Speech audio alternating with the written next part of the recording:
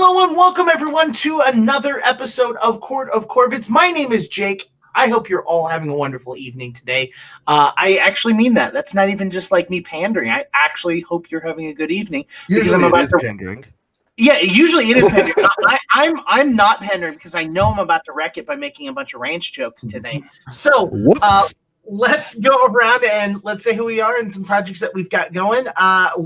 Since William and Jonas are still messing with their camera, why don't we go over to Molly first? That's not going to stop for the next 3 hours. We're gonna. What? Me? Oh, we're starting with you. Echoey says yeah, Chad says it's echoey. Okay, I'll work on that. Cool. Should I not do a spiel? Yeah, never. Let's never talk again, all of us. Yes. Right, ready? Dead air from now on. 3, 2, 1. Cool, I fixed it. No barking. Listeners.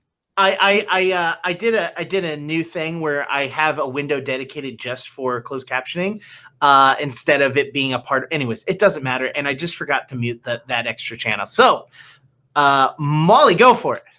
Hi, my name is Molly McIsaac. You can find me across the internet at Molly McIsaac, except here on Twitch, where I am Night Glimmer and my familiars are Gremlin noises. Yeah, story about that. Anyway, yeah. So here on Twitch, I'm Night Glimmer. I'm going to be streaming a lot this week. I'm actually going to be bringing my friend Mike through Final Fantasy for the first time on his channel, which will be fun. Yeah. So check me out. And the eye palette, oh no, I don't know where it is. I'll show later. My friend sent it to me. It has a weed leaf on it, but it's all like bright greens and blues. It's very nice. You got that CBD infused eyeshadow? It is CBD infused. Oh my god, I was kidding. Yep. Hell yeah. Yep. It's like some brand that belongs to my friend's friend, so she sent us a bunch of free palettes. But look, it's like so bright and pretty. Yeah. Nice. Krug, why don't you head us off next? Hi, I'm Krug, playing Krug Claudel, the human monk. Both of us, he, him. I would like to let you know that this is not an educational stream. We have educational content. It's on our YouTube channel, youtube.com/QueueTimesMain. That is a show called Game Gorgon on that YouTube channel where we talk about Pathfinder 2nd Edition rules and also a bunch of other RPGs, mostly Pathfinder 2nd Edition because that's what you all seem to watch the most. This is a home game, and much like your home game, sometimes we get stuff incorrect. And sometimes we just do stuff differently because that's what we want to do, and we're allowed to do that because nobody's going to stop us. What you're going to do when they come for you, bad boys. Whoa. Wow. Yeah. Okay. Are you going to arrest people who criticize our gameplay now? Is this What do you mean now? You mean still? Yes, we are still going to do that. That is still a policy moving forward. Cab. Preach. No. Was there one Little more thing I Pokemon. wanted to say? There's one thing I wanted. Nope. I can't remember. No. I think you need to acknowledge the comment that we got about getting a coffee mug that we could fill Krug's tears up. Oh yeah, what was that? I still need to understand what the context. Maybe hold on, I'll look for Are you that. upset about something? Everybody continue with the intros and then come back to when you're done. All right, William and Jonas, go for it. Cool. My name is Jonas Ranchhouse. They, them. I'm playing the chameleon gnome Dampier Storm Druid Robin. She, her. And I'm William, they, them, and I am playing Remy Ashwillow, also they, them, the Goblin Fighter Dampier Detective. And Jonas and I are also in a band called Glass Beach. You can find us at Glass Beach Band. You can find our music on all streaming platforms as Glass Beach, the first Glass Beach album. We have several singles out now as well. And then also I do 2 other shows for QueueTimes. One is called Killer Set, and the other is called Hijinks and Handlebars. Hijinks and Handlebars is a long-running campaign. It was Kids on Bikes. We'll return to that story eventually. We have about 50 episodes backlogged of that, and we also then did a Dungeon World campaign that is on hiatus and will return in January. And that is also about like 20 or something episodes of that backlogged, and all of that is on the main QueueTimes YouTube channel. It's on QTube. That's a conspiracy theory. QueueTimes video sharing channel, I think. YouTube competitor QTube, let's go. Yeah, so that's on the QueueTimes main YouTube channel. You can find all of that in a playlist called Hijinks and Handlebars, and another playlist called Hijinks and Dungeon World. Killer Set is a Monster of the Week campaign where I take real life musicians and bands and I have them play fake musicians and bands that have to fight monsters and solve mysteries in order to play their gigs. We have had Pink Shift and Bad Moves, and I'll tell you what, There will be more. there will be more. Probably not this month, because people won't get back to me. but we'll do more of them, and it's fun. And that's on a playlist called Killer Set, and that's also on the QueueTimes main YouTube channel. And I do a bunch of video game and music streaming on twitch.tv/glassbeachband. I'm playing Piku Niku and making music on Monday, Tuesday, Thursday. Not in that order, but you can see Twitter specifically. Also, I more. made this mug in college. And it's lasted that long. I feel like I've seen that mug. It's hella cute. I made this mug over 26 years of my life. It's been a working process. The last thing I'm going to announce, unless Krug knows why he needs to have a mug full of his tears. I don't understand it. I don't want you to brigade this person. I don't want you to harass this person. That's not what this is about. But I still don't. Would like to, very explicitly do not do that. But I would still like to understand why somebody in all caps wrote, "Why don't we have a mug for Krug's tears? Wake up and get off your asses." I do not understand. That was a YouTube comment. It was on a Game Gorgon class video. Like, what is this? Why? It wasn't even. The only thing I'm thinking of is if you were upset about something in the video, because that's when people say that. It's like, oh, you're complaining. I guess you need a mug for your tears, but. I think I might know it now. Now that you have said it, and I have not just read it, maybe they're complaining about. Was that one of our last videos that we've posted? Maybe they're complaining about how often we post or how lack of often we post. I don't think it was that.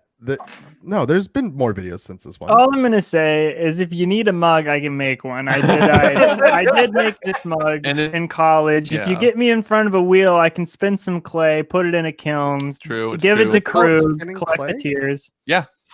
Throw. It's called throw. It goes spinny, spinny. It's called throw. It's called throwing. And then it spins. Like throwing hands, but clay. Yeah, instead. it's like throwing hands, but clay. Clay, take this. Next week on Saturday, I will be playing a game for the Kickstarter that we have been repping and talking about for Beetle and Grimm, which is the Pathfinder 2nd Edition character sheet. They're doing a live play. I'm going to be on that. It's also going to have someone from Dragons and Things, a couple other shows, as well as Matthew Lillard. So that's pretty cool. So check that out. It's going to be next Saturday. I don't know what channel it's going to be on, so stay tuned to social media because I don't get told nothing. So as soon as I find out, I'll let all of you know. I'm going to be playing a 3rd level character, and I still have to figure out what or how or what I'm going to build. So just play 3rd level Robin. I won't mind. Do an artificer.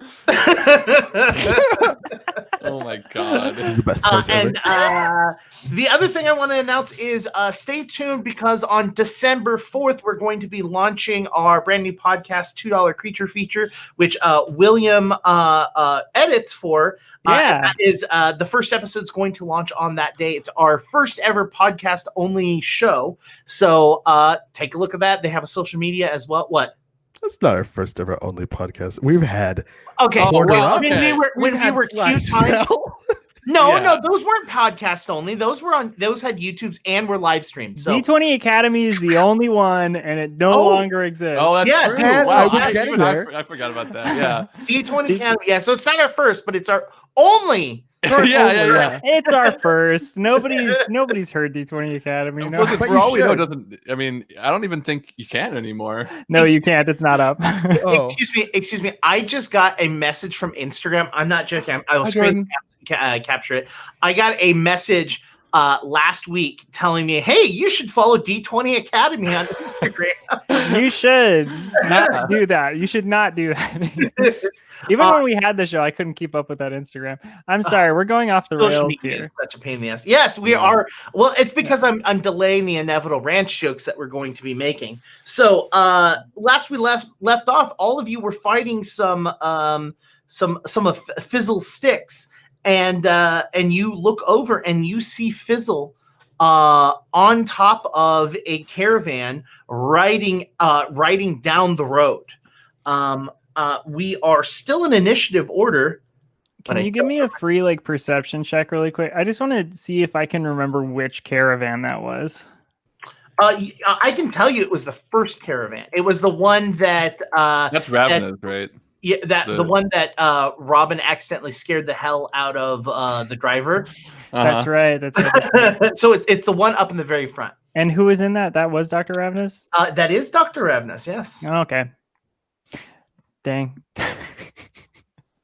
I'm already being told in chat, Jake, this is serious now. I will have my revenge. The Valley shall Shall burn. Also, hi, whoever. Yeah, other person. Mm. Oh, that's Jordan. Oh, Still. hi. So who's Yeah, turn is it? actually, really fast. Actually, that Lambertra is who I do basic witches with. So Yeah. if y'all are basic witches fans, shower her with love and affection, and also yell at me to finish editing this year's videos, please. Hey, it happens. I haven't edited Bedroom Community for 8 months. So anyway, whose turn is it?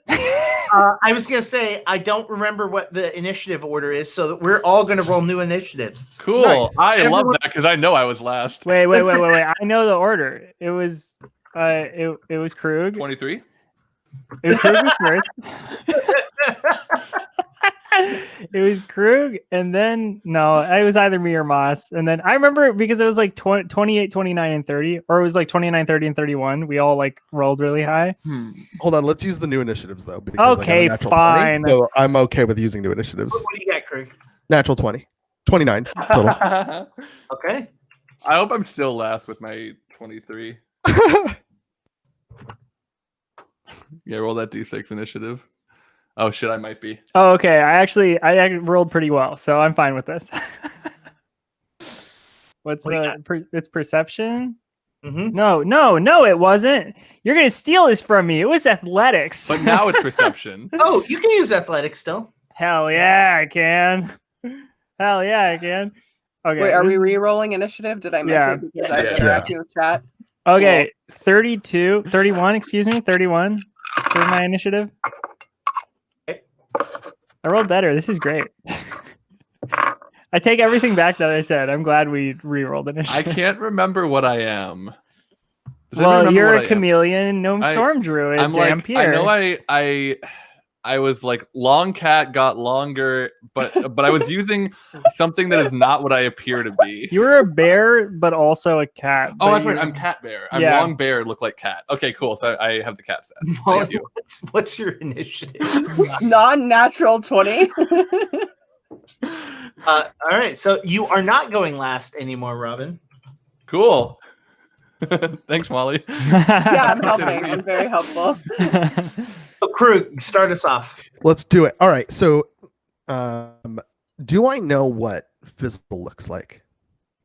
Have I seen Fizzle before, or do I just see a Tengu? You see a Tengu, and roll me a wisdom save. No way. Nobody's even gonna believe me if I say that I got another natural 20. So I'm just gonna re-roll it because I don't even want it. Wait, I believe you. No. That's Wait, bullshit. no, I Krug, you're on our clicked- side. I believe No. you. I'm not interested. Wait, okay, if you're not here, I'll roll it for you. Oh 24, my gosh, 24, no one's gonna 24. believe My Whoa, saves that. are William great. rolled that Don't worry, don't 22. I also rolled a natural 20 for you. No, it's a nat 22. Everyone is in rare form today. Yeah, I'm not sure what it is, but I'm not mad. Okay, we're lying though. But Yeah, oh yeah, I we're understand lying if that that. wasn't clear. You can't roll Sorry. 22 on a Clear. d20. Not You you. usually are. No, you don't well. say. Krug, you can easily tell Krug, you can easily put two and two together. There were no Tengus on the caravan when you all got together. These are the same things that you've been attacked by before, and you have been told that they are ran by a Tengu leader. So All right. you can put two and two together. But I will say, if you want to roll me, you rolled a natural 20 on your perception for initiative. So did. I'll even say that you've managed to see this Tengu, and you're able to see that this Tengu's throat is cut, right? And has a very large scar where feathers no longer grow from.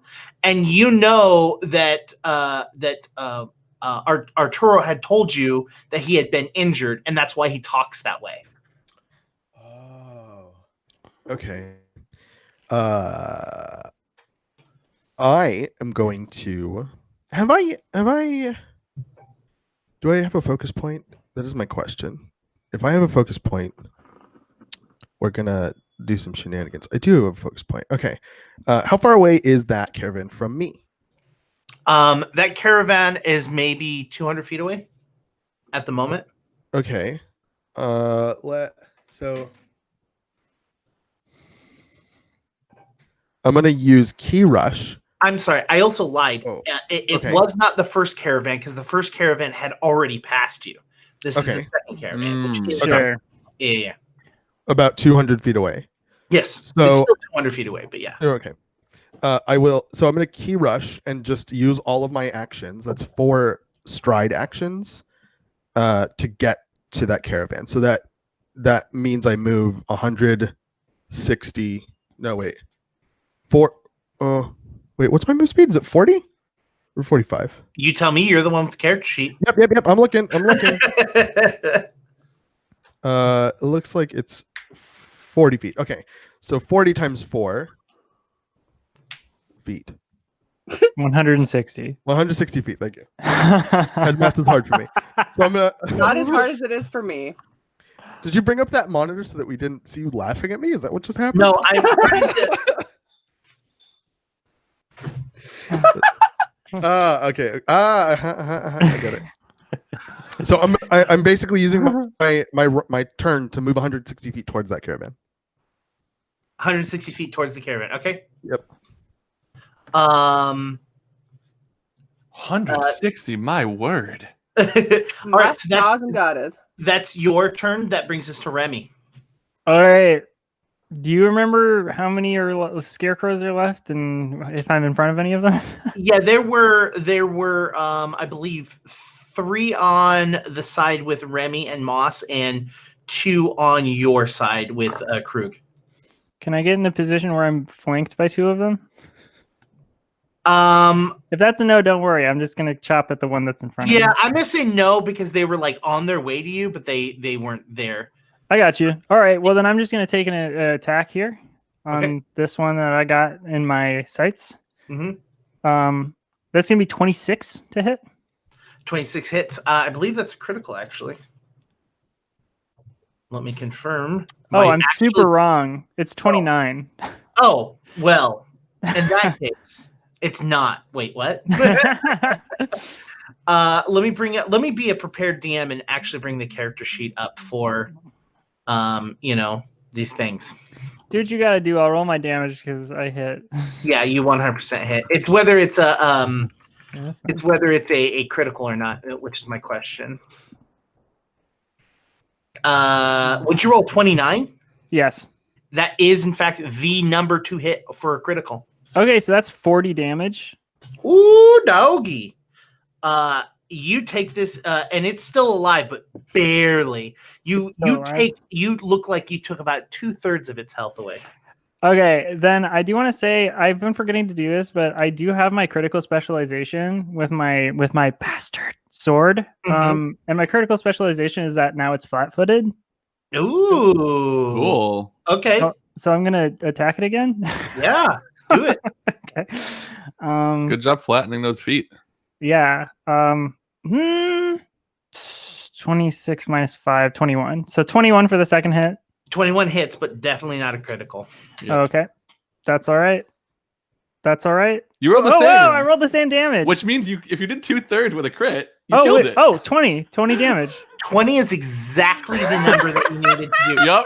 It has 60 hit points, not even a joke. Yeah. You did 40 and 20. So, yeah, you take this, you take your sword and just, and like a second later, hay just starts going on top of Remy.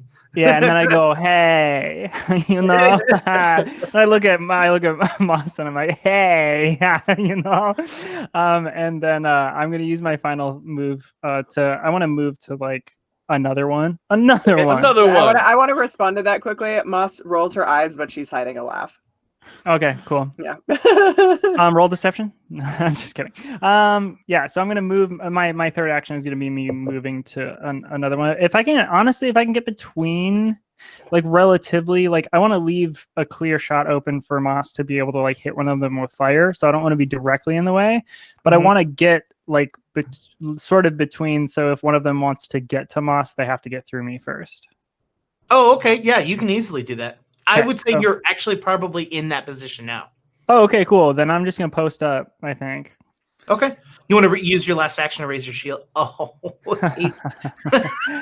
Hey, I wouldn't be doing 20 damage if I had my shield out right now. Sure, you'd be doing 16. No, I wouldn't. 16 max, like +4. Okay, anyway. Yeah. Rob, that brings us to you. Very good. Cool. Before, do you have you sent me? And I can't find a description of exactly what my second aspect of my cloak does. I know it's like jump better, but I want to find like the numbers to it, like for. I'm sure I did. I can't remember. I'm pretty sure I sent them to you as a private message via Discord. That would make sense. I will look there. Yeah, I was looking at because it's not one of the ones that is like written in. No. Cool. I think regardless, if I remember right, I think all the remaining scarecrows like looking at like coming after me on this side, right? Yeah, so on your side, you had basically you're basically kiting them, so like you move further than they can move. That's right. I prepared move actions so that they just like keep going. And is it still all of them, and they're still like locked on to me, as it were? Yeah, because Krug's gone, so like there's no one left. Honestly, God, Isn't Arturo over there? Oh yes, Arturo is over there. Arturo's here too. I think. If Krug's gone and they're on me, I'm going to take this moment to like, as I'm like running away from them, just kind of stop in my tracks, and then I'm gonna turn and swipe at whichever one gets closest. Okay. I don't need to find. Swiper, no swiping. Well, this one breaks the rules. So long bear cat. How hard do I hit? That sounds like a song. Long bear cat, how hard do I hit? The next last song was just manifested right here.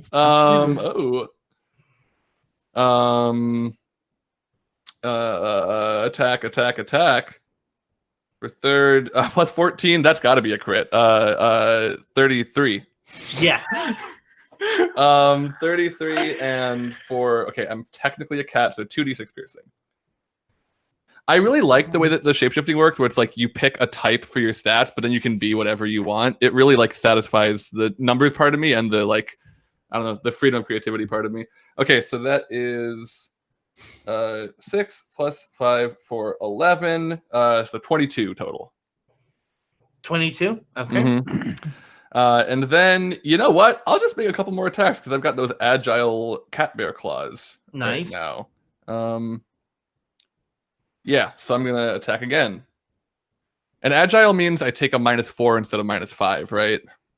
Yes. That's cool. Oh my god, I rolled one lower, so that's probably still a crit. 18 plus 14 is 32.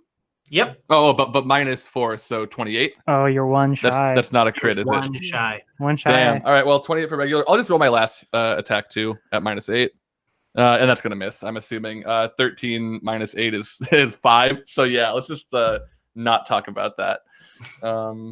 13 is the total. Yeah, that's not gonna hit. Cool. So another 2d6, and that is 8 plus 5, 13 damage. 13 damage. All right. And that's gonna be the end of my turn because my third attack misses. All right. So yeah, you swipe at this thing pretty hard, and it looks like it's taking quite a bit of damage. That brings us to Moss. I should unmute myself. I wanna light things on fire. Wow, we're in a The new Basic sing-songy Witches song. mood. Yeah. I wanna burn it all down. That's not a bad theme song for Basic Witches, actually. Hold on to that one. I wish I had a fire AoE, y'all. Can I upgrade Clokey and get him a fire AoE? Yeah, can we sew a patch onto him? Yeah, like, yeah, something. Like, give him a little enchantment. In the next fight, we'll set it up. I'll ready a fireball because I can do that, and you'll just pretend to do it. We won't tell anybody. Oh, that's so nice.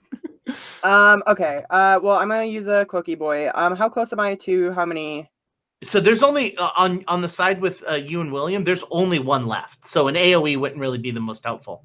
Okay. Well, I just still desire it. I'm just saying that like abstractly. Okay. I want to use cloaky, and I want to burn that MFer to the ground. So 2d6. No, that's damage. You got to roll a d20 plus 11, I believe. Mm-hmm. I need to just ask, why is Nightbot so intense whenever somebody posts a link? I don't know. Natural 20. Ooh. Mm-hmm. Hell yeah. That's like the 4th of today. Yeah. We're on a roll. We're on a roll, literally. Ha ha ha ha. Because dice. Ah, I see. I was thinking about bread. I was thinking about bread. All right, everyone. That was today's episode. Thank you so much for joining us. We're just thinking about getting that bread, baby. Let's get this bread. So obviously hit. Yes. Because that would be a 31. Okay. 2d6. And then double it for me. It's 3d6. Oh, 3d6. It's 3d6 and double that. Mm-hmm. Oh, so 66. No. 3d6 and then just double the total. Wait. Okay. I was like, wait. All right. Roll number 1, 3. Roll number 2, 5. Roll number 3, 4. 12. Yeah. So 12. So 24. Nice. Okay. 24 damage. And that's fire, so it does extra. Mm-hmm. Does the extra double as well? What do you mean? On a critical hit, the extra fire damage, does it double? I don't believe so. All right. Well, yeah. Well, Dayton, if Dayton says so. We gotta make sure we get it right, because this is like people are supposed to learn from this stream. So yeah, this is an educational live people, stream. So we don't do the rules correct. because I'm critting, by the way, I want this to look like so dramatic. I want it to look like Tuxedo Mask, like throwing his cloak around with like rosebuds. That's what I'm doing. The cloaky. Oh, I'm hell doing, yeah! Like a full spiral. For some reason there's flower petals around me all of a sudden. Is it because you've been playing Dancer in Final Fantasy? Because I feel like you're describing the Dancer stuff. Yes, that's exactly the reason. Hell yeah.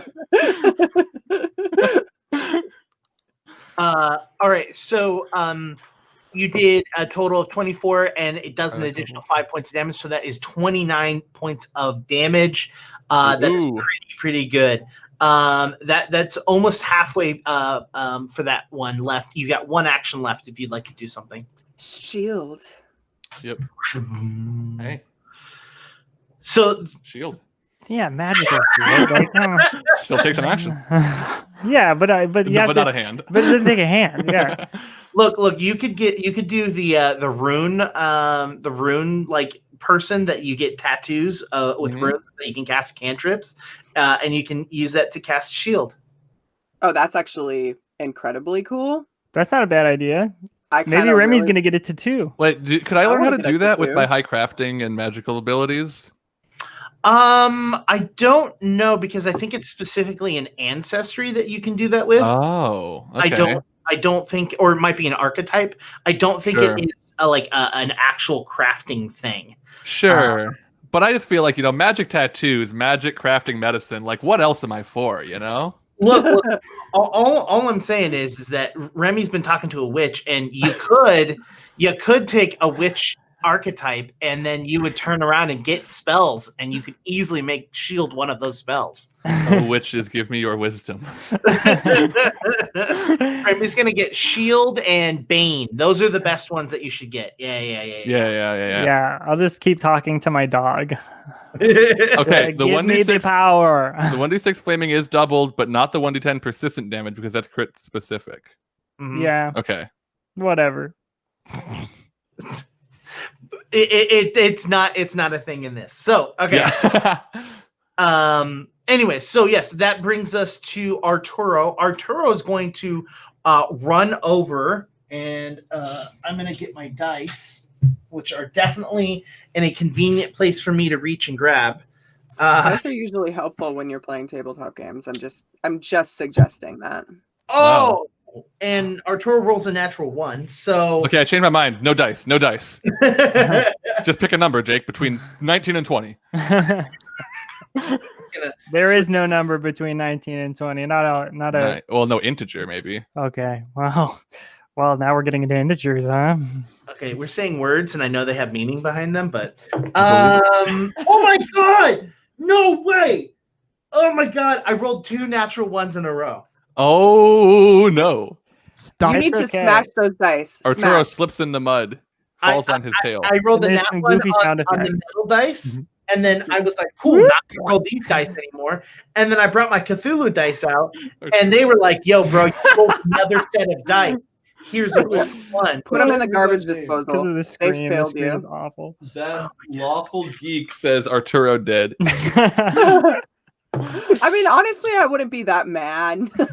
If Arturo died, Are you looking right now I'd be because I'd be Arturo pretty got pretty upset. another critical miss, or what's happening here? You rolled a 2, so it's slightly better. oh, so you got 1 plus doubled 1 your equals roll. 2. You doubled it. Yeah, I rolled a nat 1 on this one on the metal die. I rolled a nat 1 on my Cthulhu dice, and I rolled a 2 on my blue dice. Good thing none of those are Die Hard dice. Which, just saying, I signed the contract and we're now officially partners. So that's the Listen, thing. Die Hard dice are beautiful. I love them. They're amazing. If you think that they can't roll low, you've never listened to Greetings Adventures. Hey, hold on. I- Die Hard dice are well balanced, and I always roll nat 20s. Let's continue. Okay, so Arturo's turn is just completely wasted. Like I know. I need to know exactly how he goofs up because, we're all here. yeah. Absolutely, Cool. yeah. So he had finished killing off one of the previous scarecrows, and he runs over. And as he's running over, so one action's to move. The second action, he goes to attack it, and as he swings his knife around, it literally just goes into like a part of the fabric, and it gets caught up in the fabric, and he like starts like trying to remove it out. And as he's doing that, he uses his hand to remove it, and then he gets his metal like gauntlet stuck in the phrase of the clothing of the scarecrow, and he's literally spends his entire round just trying to get it off, and finally at the very end he slices down the sword to get rid of the clothing, and now he's got like a rag that's just hanging onto his gauntlet, and then just ranch everywhere. So Oh my god. that brings us to the scarecrow's turns. How So many the are first- on me? So there were 3 in your area, and since you move forward to attack, all right, I got because crows. I got crows in different area codes. Sorry, I'm done. I had to do it. I'm sorry. Listen, I had to. I didn't get that one, but I'm I glad got you said crows it. in different area codes. I've got hoes Oh, okay. in Different area area codes. codes. No, all right. Anyways, I'm sorry. This look, one's on me. Twitch just DMC'd us. All right, so all right. So yes, there are 3. There are 3 still over in your area. Cool. The first one actually is I'm going to do the side that William's on, and it's going to go over to you, William. It's going to spend an action to come up to you, and then it's going to spend its next 2 actions making an attempt to attack you. All right. Ooh, if I recall, I was supposed to heal myself. I am rolling so terribly today. It's not even remotely funny how bad I'm rolling today. I'm assuming a 16 doesn't hit No, that does not hit. because I rolled a 3. How close is that to a crit fail? I mean, it's 2 Okay. off. The next attack is higher than 13. Okay, you're Does it getting have there. Is it 11 higher than 13? It is a 21. That does not hit. Okay. Oh, that's its whole turn. Ching. Yeah, it literally is like just like as it's like metal and parts are trying to swipe at you. That brings us to 3 that are on Robin. And since they're on Robin, they don't need to move. So first attack is cheese and rice. 18. I don't think that hits. Let me check. No.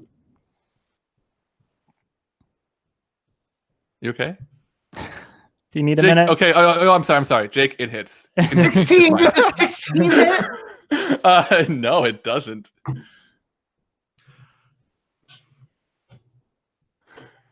I just rolled a natural 1. Wow. Shockingly, that does not hit. Wow. Can I just eat that one since I'm like a bear cat? Just like it just jumps into my mouth and. Is it going to dice jail? Did you put it in dice jail? Yeah, it's going to dice hell is where it's going. Dice super hell, am I right, Supernatural fans? Am I right? It's Dice super hell, you know? So that was one of them that attacked. The second one, I rolled a 6, so that's a benefit. That is a 19. It doesn't hit.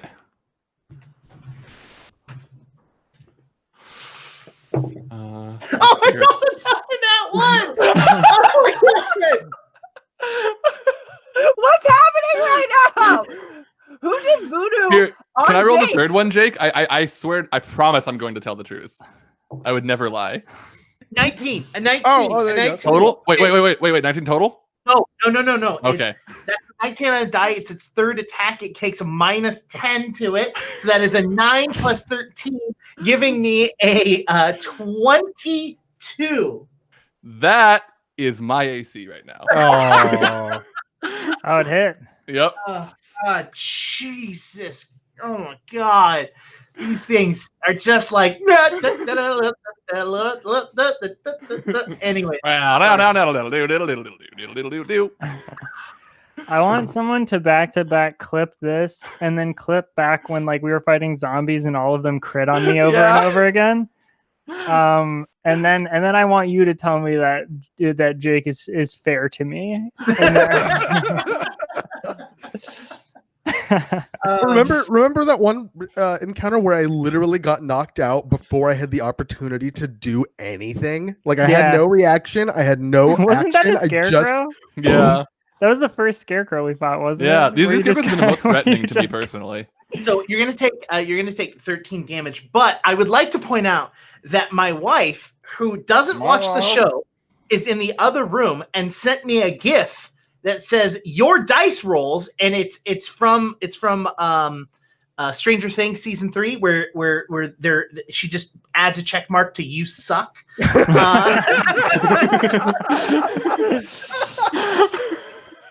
funny.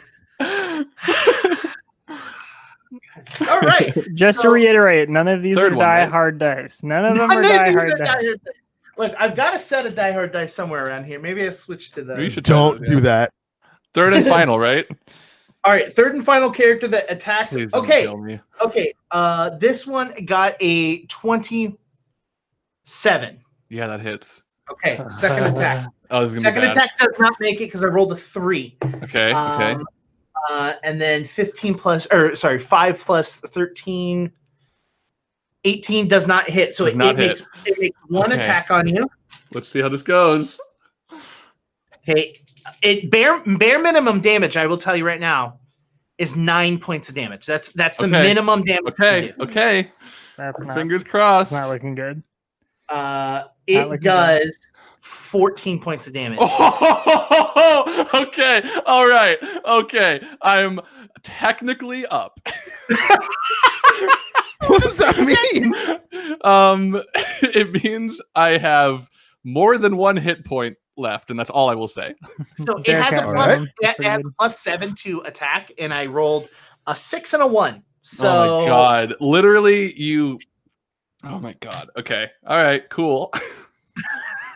So don't that know is what all of their turn. And then we're going to it's going to be Fizzle's turn. And Fizzle is going to just continue to try and go as fast as he can down the road. And so he's going to move further away from you, Krug. And I'm going to let Dayton tell me how fast a warhorse grows. So, Well, hold on. depends I know the experience. answer to that question. I looked that up before we started. You have to make a check to allow the. I don't know if he has feats that allows him to skip this, but if he can get the warhorse to gallop, right, which is the action that it has, it strides twice for one action with a 10-foot bonus to its speed. Okay. Gallop has Yeah, 10, that's like literally what says. Dayton just said. Yeah. Yeah, too. You got it, Krug. Hey, you should go back on that Jeopardy style game show again. I feel like you're really collecting more information Wait, now. go with Dayton on like an AirPod in your ear and just hide it. And then just repeat the question out loud so Dayton can hear. You're like, how fast does a warhorse go? I dislike all of you, This is like a beautiful, nerdy Cyrano de Bergerac, and I think we need to follow it. except for Molly. Molly didn't make fun of me. Thank you, Molly. Wait, I didn't make fun. Did I make fun of you? Yes, you did. Okay. Not internally. Was like, okay. I guess. I'm sorry. All right, so it rolled pretty decently. So we're gonna say that it is able to gallop, which is 40 feet for a stride, and 10 foot on top of that. So it's 50 feet. So if that's 50 feet, so that means it moved 150 feet during its turn. 140 feet, because gallop is 2 actions, and you stride twice with plus 10, right? Okay, cool. So there you go. 140. Is that what you said? Wow, so you're faster when you use your focus point. You're faster than a warhorse. Yes. Wow. And that's because he has one more action. So basically, I get 4 strides. It gets Gotcha. 3 strides with 2 at 50 feet, 1 at 40 feet. Dang. What's up, baby? Cool. So it moves 140 feet away from you, and that brings us to the top of the round, which is in fact you, Krug.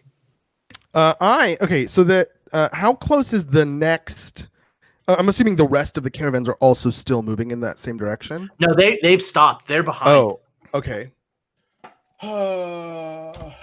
Wait. Wasn't the whole point that they would keep running forward so that the people behind wouldn't catch up? Yeah, and then Thistle got involved and stopped some stuff. Sure. Okay, that makes sense. That's annoying. So it's 100. Oh, that's so far from me. I'm not gonna catch up. Is there anything cheeky that I can do to catch up?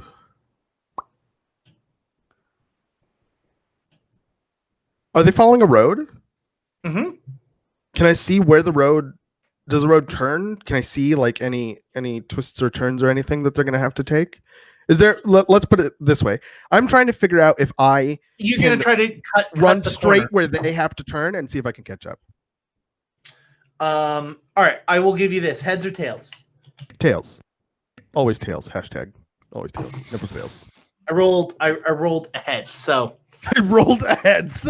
well, I rolled a d6 and I rolled a 4, so technically that's a head. So Sure. Okay. I gotcha. all right, so it doesn't look like there's a bend nearby, but it does look that there are bends further down the road. Just got to keep chasing.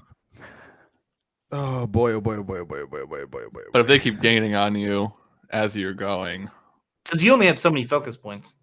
Well, I have 1 focus point, so I need a bend, basically, or something. I need something. Oh! How far away? So they're that's not gonna work because they're too far. Unless this range is longer than I remember. Do you remember the range of difficult terrain hand wrap spell?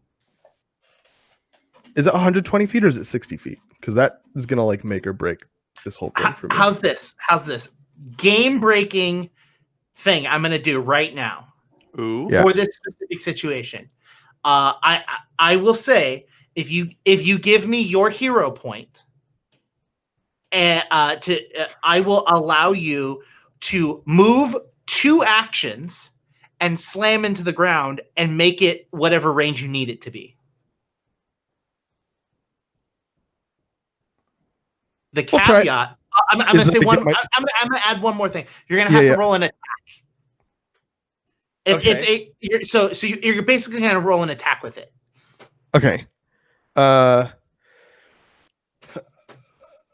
Yep, I'm gonna do it. Fuck it. Let's go. All right. Okay, so I'm moving 2 actions, and I'm rolling an attack. And can I like add my item Yeah, bonus? just like you're punching. Yeah. Okay.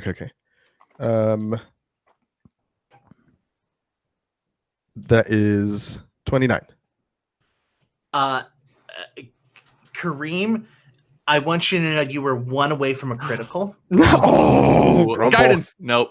Is that range But- of touch 300 feet away? You succeed. My plan was if you got a critical, you would disable it, right? But you didn't disable it, but you did.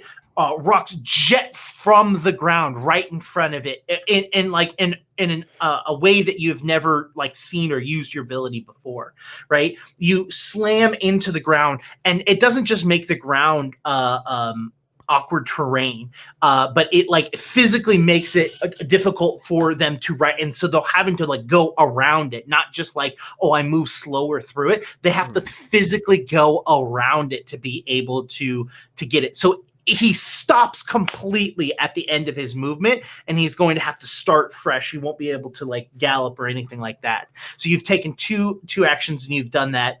And yeah, you get a little bit closer, and you've stopped him in his tracks. All right, and then I'm gonna just look down at my hand wraps and be like, "Dang!" And I give each of them a kiss, and I take off running again. Mm-hmm. All right. I just had ideas of what more cool stuff that your hand wraps can do. Oh. Was it okay? I'm hoping this is not what you were thinking, but I just have to throw out there. Is it that when he kisses the hand wraps, it works as a kissy box and he can contact Arturo through his hand? No, I was thinking that what I was going to do is I was going to make it so that Krug can manipulate that ability in different ways, but not only manipulate him however he'd like, but it would expend a soul. Oh God! Wait, does that do that right now? Is that what just happened right now? No. Okay. If that did not happen, I would not just drop that on you, right? Yeah. But I was just like, maybe he can build a wall now, or make stairs, or like do like make rocks fall from the sky. Like, yeah. Without getting too specific, you're getting very Full Metal Alchemist with that, and I really like it. So yeah. No. I was just that's where my evil brain went, was like, oh, Krug could expend souls to do this. Anyways, that brings us to Remy. Remy, there's one in front of you. Slash. Do it. It's only got 31 hit points. You can do this. I have a question. I know we got like 12 hero points last time, and we used like 4 of them. Can we still? I will say you have 8, yeah. Cool. I'm using hero point. Let's just say we each have 2 this time. I think that covers it. 27. 27. I know that hits. It's not a crit. 27 does hit, but does not crit. Okay, cool. What Does am I hit, doing? but I know what the number is. What am I doing? Okay. Whoa! Goodbye, Scarecrow. Oh, I wish that was a crit. 26 damage. Oh, so close. It has got literally 5 hit points left. All right, I'll strike it again. I'll strike it down.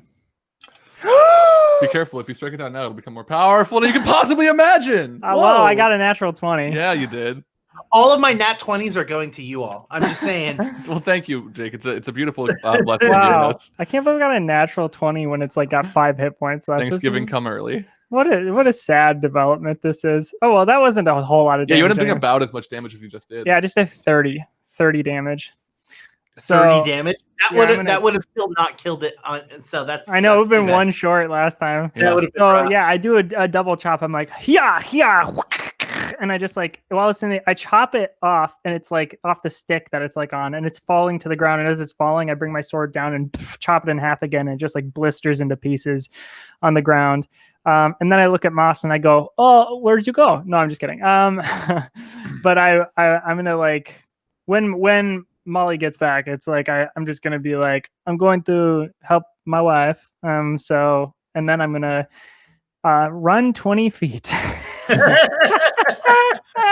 I'm gonna stride my full 20 feet. That brings us to you, Robin. That would be your turn.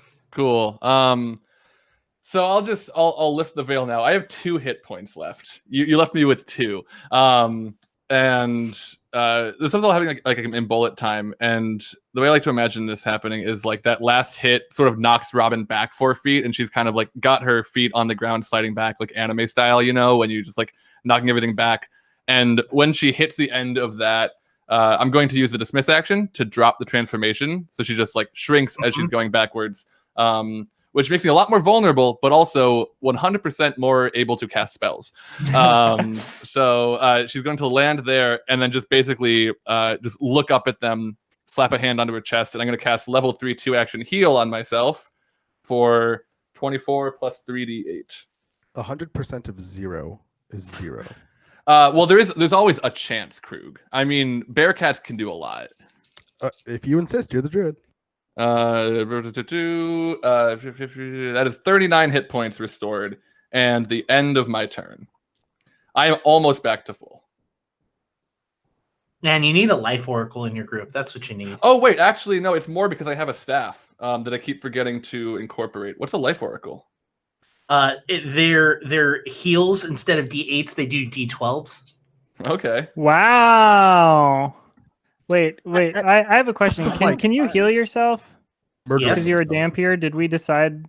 It doesn't hurt. Yeah. It does not hurt. You can still heal yourself. Oh, okay, cool. I am So the staff adds 4, and I also I know it doesn't hurt, but didn't we decide? Doesn't it do nothing? No. I think we moved forward when we said it still heals you normally. Yeah. Yeah, we said that it heals normally. Oh, like heals normally? Yeah. Anyway, yeah. They're not going to change it right now, that's for sure. Yeah, I gotcha. Yeah, and just an extra 4 because of my staff of healing. You haven't fully transformed, maybe. Yeah, I also just finally I want to flavor the staff is what had become her tail. So she's like grabbing it as she's transforming and then holding a staff at the end of it. Just for the fan artists out there. Okay, that brings us to. Here, Remy can get harmed by heal. We'll do that. Yeah, I'll get harmed by heal. That brings us to Moss.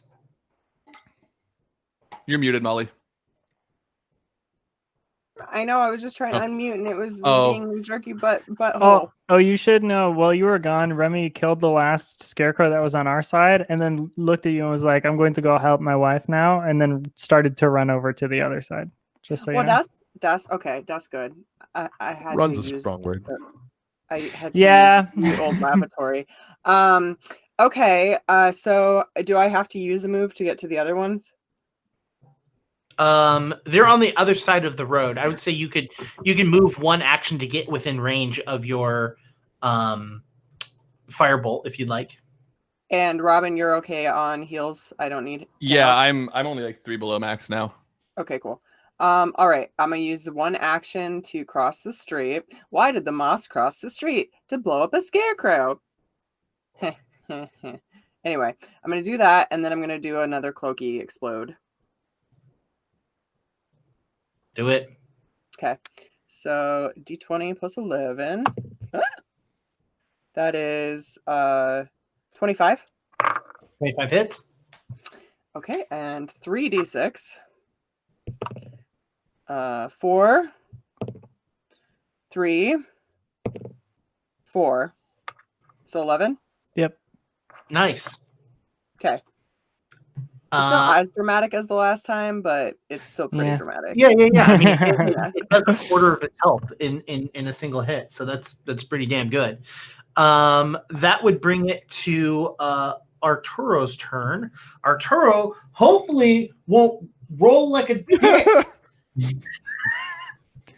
Just so I'm clear, how far were Moss and I from the other scarecrows before we moved?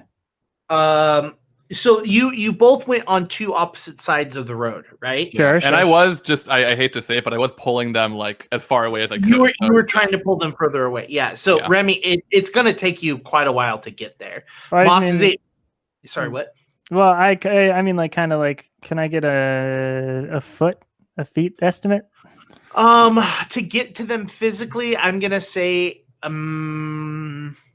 maybe like 100 feet. 100 feet. Okay, cool. Yeah. Okay, sick. 6. So yeah, so all I need to do is spend 3 more actions and then 1 more action. Yeah.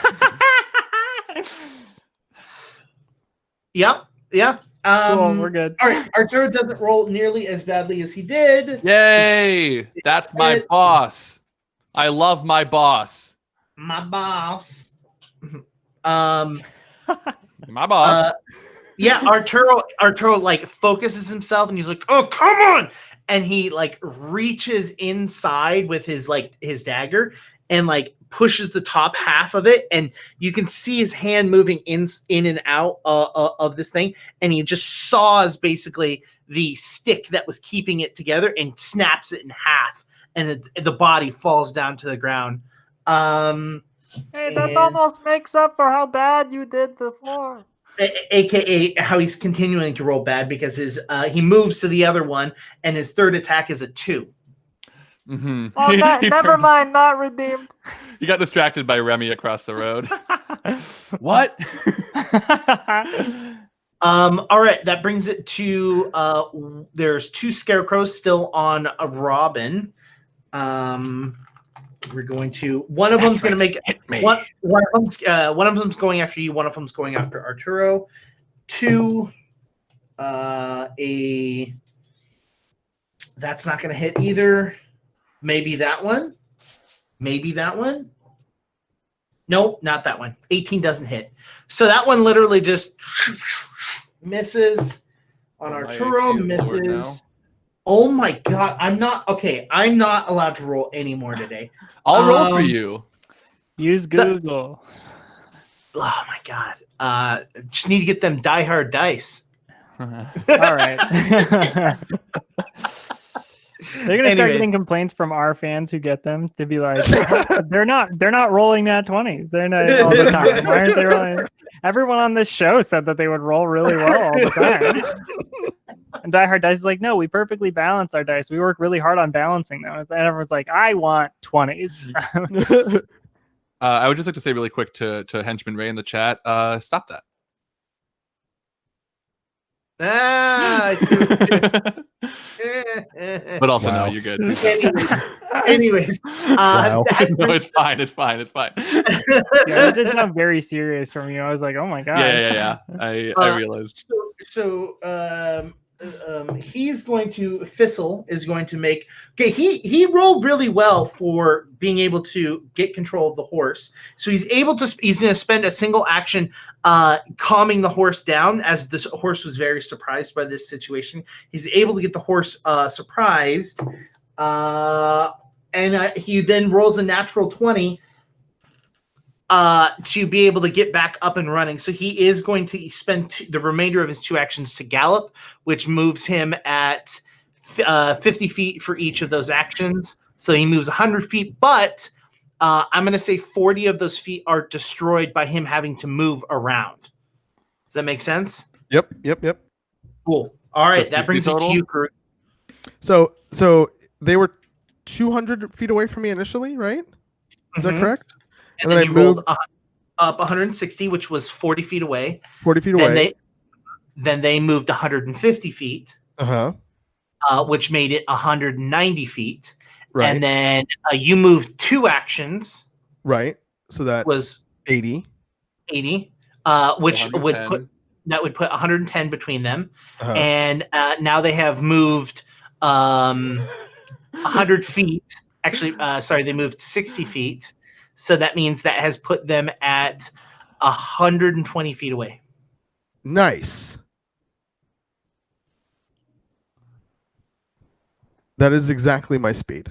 Hey! Wow. So this could not have gone better. So they could have gone less far, and then Krug could have gotten to them and used a third action to do something else. But whatever. Maybe I don't know. I mean, they couldn't have moved any farther than they did, though, right? Or I mean, are they going to be able to move their full speed next round? Yeah, depending on how well he rolls, yeah. Oh, sure. It's possible. Okay. Then I'm going to have to do some silliness stuff here. Do some silliness. Do you get like a jump feat or something? Yeah, we're gonna have to do a long jump. Krug, take my cloak.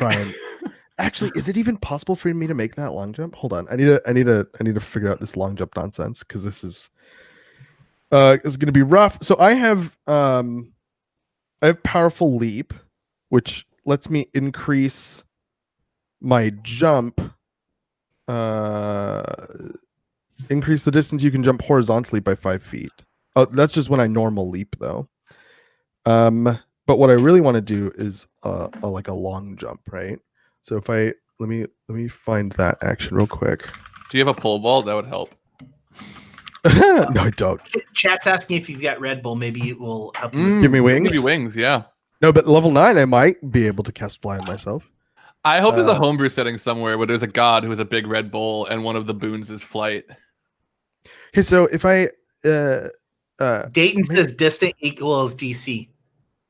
Is DC athletics checks equal to the total distance in feet you're attempting to move during your leap? So I can do that, and I can do it up to my speed, which is 40. So the DC would be 40. Can I succeed a DC 40? If you crit? Check. I mean, if I crit, of course, but like, what is my athletics is 14. I cannot mathematically. You have a 5% chance. Yeah, I have a 5% chance of succeeding, and if I fail, I just leave normally. Now, Krug, you rolled 2 nat 20s at least so far, so like, you probably got a third one in you. Yeah, and I just rolled an nat 20 on my turn, so I mean, it's not bound like to keep happening. Yeah, you can't use them up. And then the leap basic action, you can leap 10 feet horizontally if you're, or 15 feet horizontally if your feet is 30 feet. 15 feet horizontally. But I can make that, but that's only one action. But I can long jump for the cost of only one action, I think, because I have a feat that like reduces the amount of actions that costs. I mean, I guess I just have to go for it. Like, there's not really a great downside. I mean, there might be a horrible downside. I might die if I like critical fail or whatever. So you can do that, or you can get up to its speed and hope that he rolls poorly on his gallop. That's true. Because if he doesn't roll well on his gallop, that means he's going to then only be able to go. Was it 40 feet times 3? So yeah, my speed again. Yeah. Well, then you're in the same position, so you have to hope that it rolls low every time. Yeah, and then I don't get to do it right. I think I have to try it now. I think if I don't try it now, I'm just risking not doing it. Also, remember we do have a few hero points built up. So... Yeah, but you can only use it once. Okay, so I'm gonna do it. So I'm moving twice, and I'm trying. And the whole reason I'm doing this, by the way, is because I need to be able to grab an edge as a reaction. So that I would be falling next to it, and I can grab. I think you're skitching. Yeah, I'm trying to grab an edge. Barefoot skitching. I've always heard it's fun. So, all right. So I'm moving twice, and then do you have any reactions? Yeah, I haven't used a reaction. No. But what I'm asking you, if you have just in general reactions, what are your reactions? Oh, grab an edge. That's the one I'm trying to use. But other reactions. Oh, is grab an edge specifically for when you fall or jump? It's for when you fall specifically, but jumping implies falling. Yeah. Okay. Yeah. So this is literally what you can do. This is awesome. It's literally the thing that I have the ability to do. As long as you don't crit fail, like I might be able to try again next round. Exactly, yeah. As long as I don't crit fail, there's a chance I could try again next round. But it will be under the exact same conditions. Exactly. Okay. Awesome. Now that we all understand that this is almost a futile effort, because I have just to make sure we're all on the same page here, I have oh man, what is it?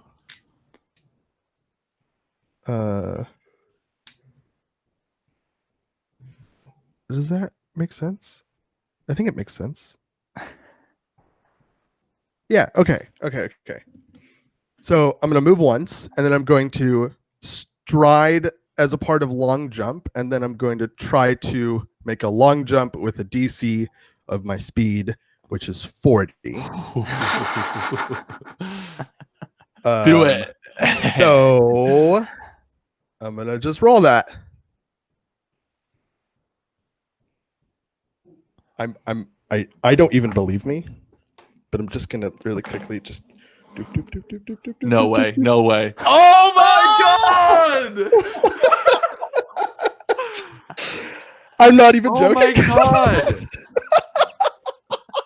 No way!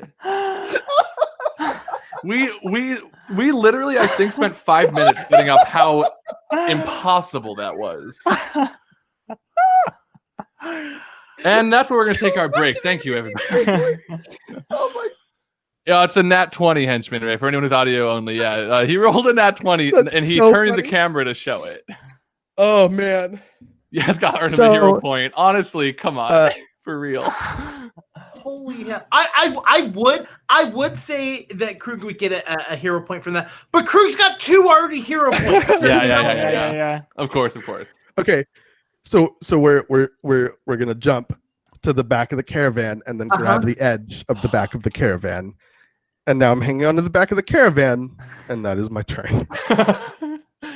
You all see Krug just like Terminator 2 sprinting as hard as he can to the back, and Krug's far behind and just jumps and just unnaturally long distance and just right at the edge, just with his fingertips, just grab on to one of the like fancy pieces of the top of the caravan that's just for decorations. And as he grabs onto it, it snaps underneath him, and he reaches out with his other hand and grabs like a window and sticks his feet down at the base of the caravan, and is now riding on the back of the caravan. That was ridiculous. That was just dumb. That was just dumb. Remy, spend your 3 actions just moving. Yeah, I think I'm kind of aghast by that. I don't know. I think I might just like stand still for a second. I'm just kidding. I'm gonna go, whoa. Okay, no, I am going to keep running though. I do have a question. So I do have a mount technically. Yes. I do have Dagorno. Mm-hmm.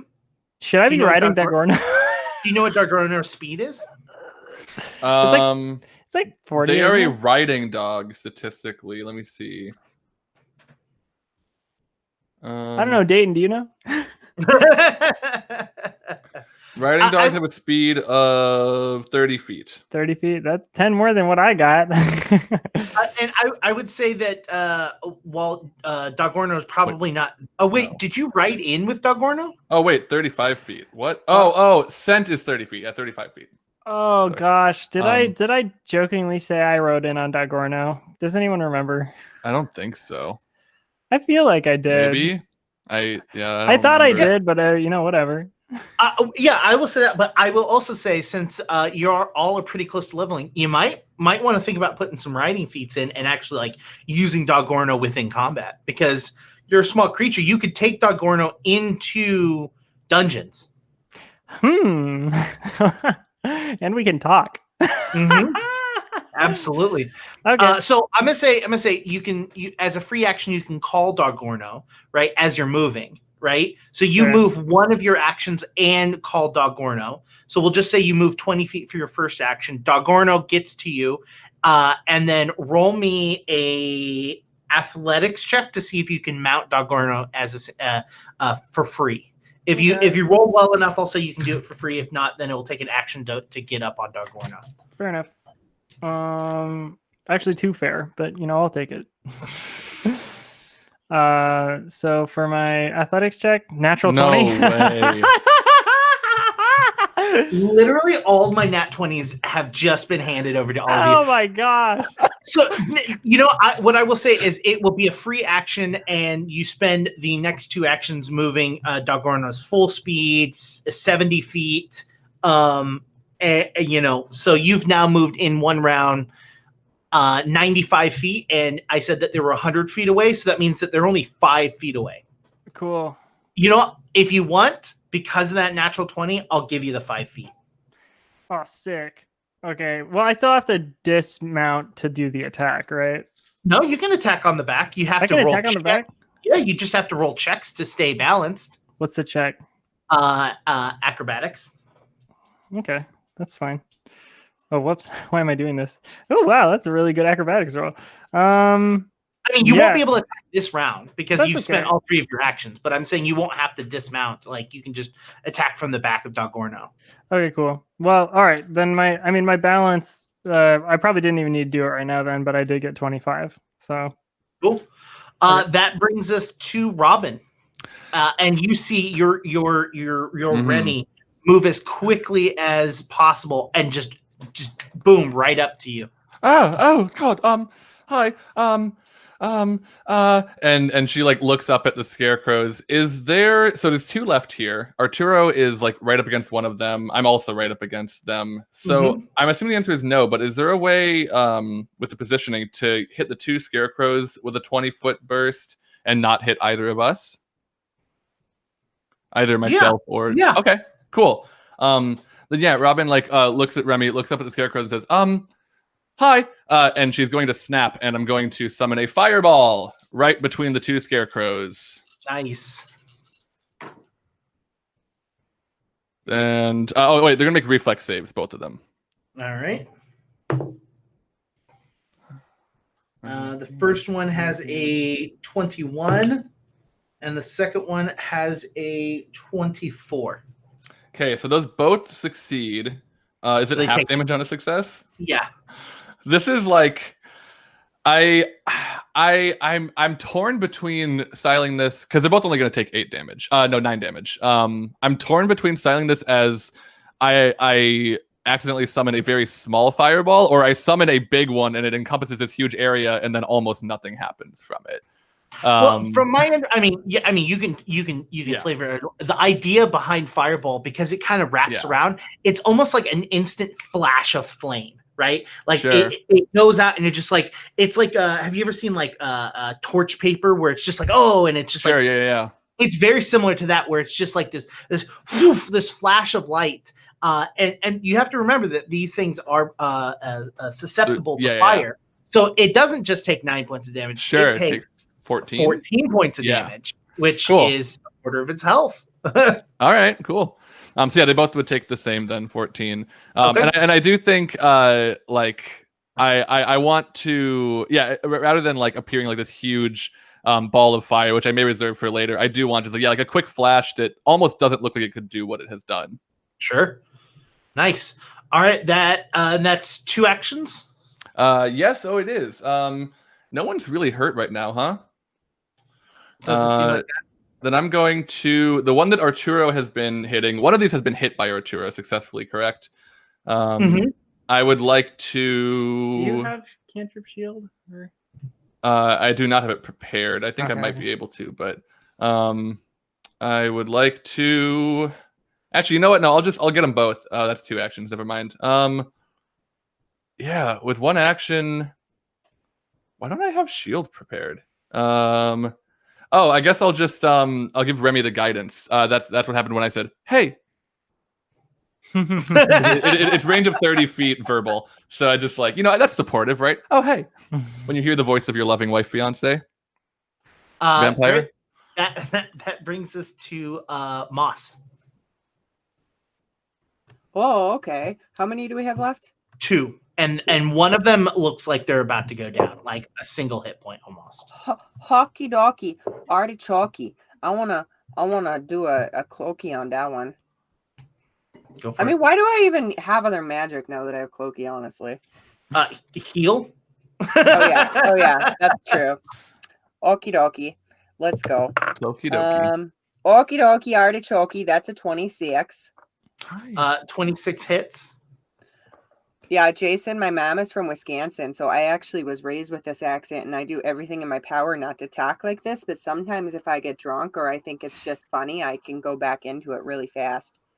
It only comes out usually when you say sorry. That's what I've noticed. Yeah, I'm sorry, or I say sorry, or a boat. You say it like a boat. Going out and about. Oh, that one I don't notice because my mom also says that. Yeah.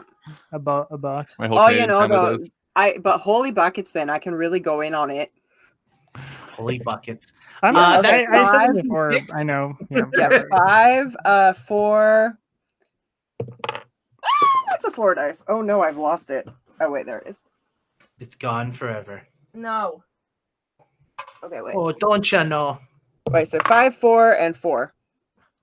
5, 4, and 4. That brings us to 13 points of damage plus 5, which it brings us to 18 points of damage. I assume you're hitting the one that looked like it was close to death.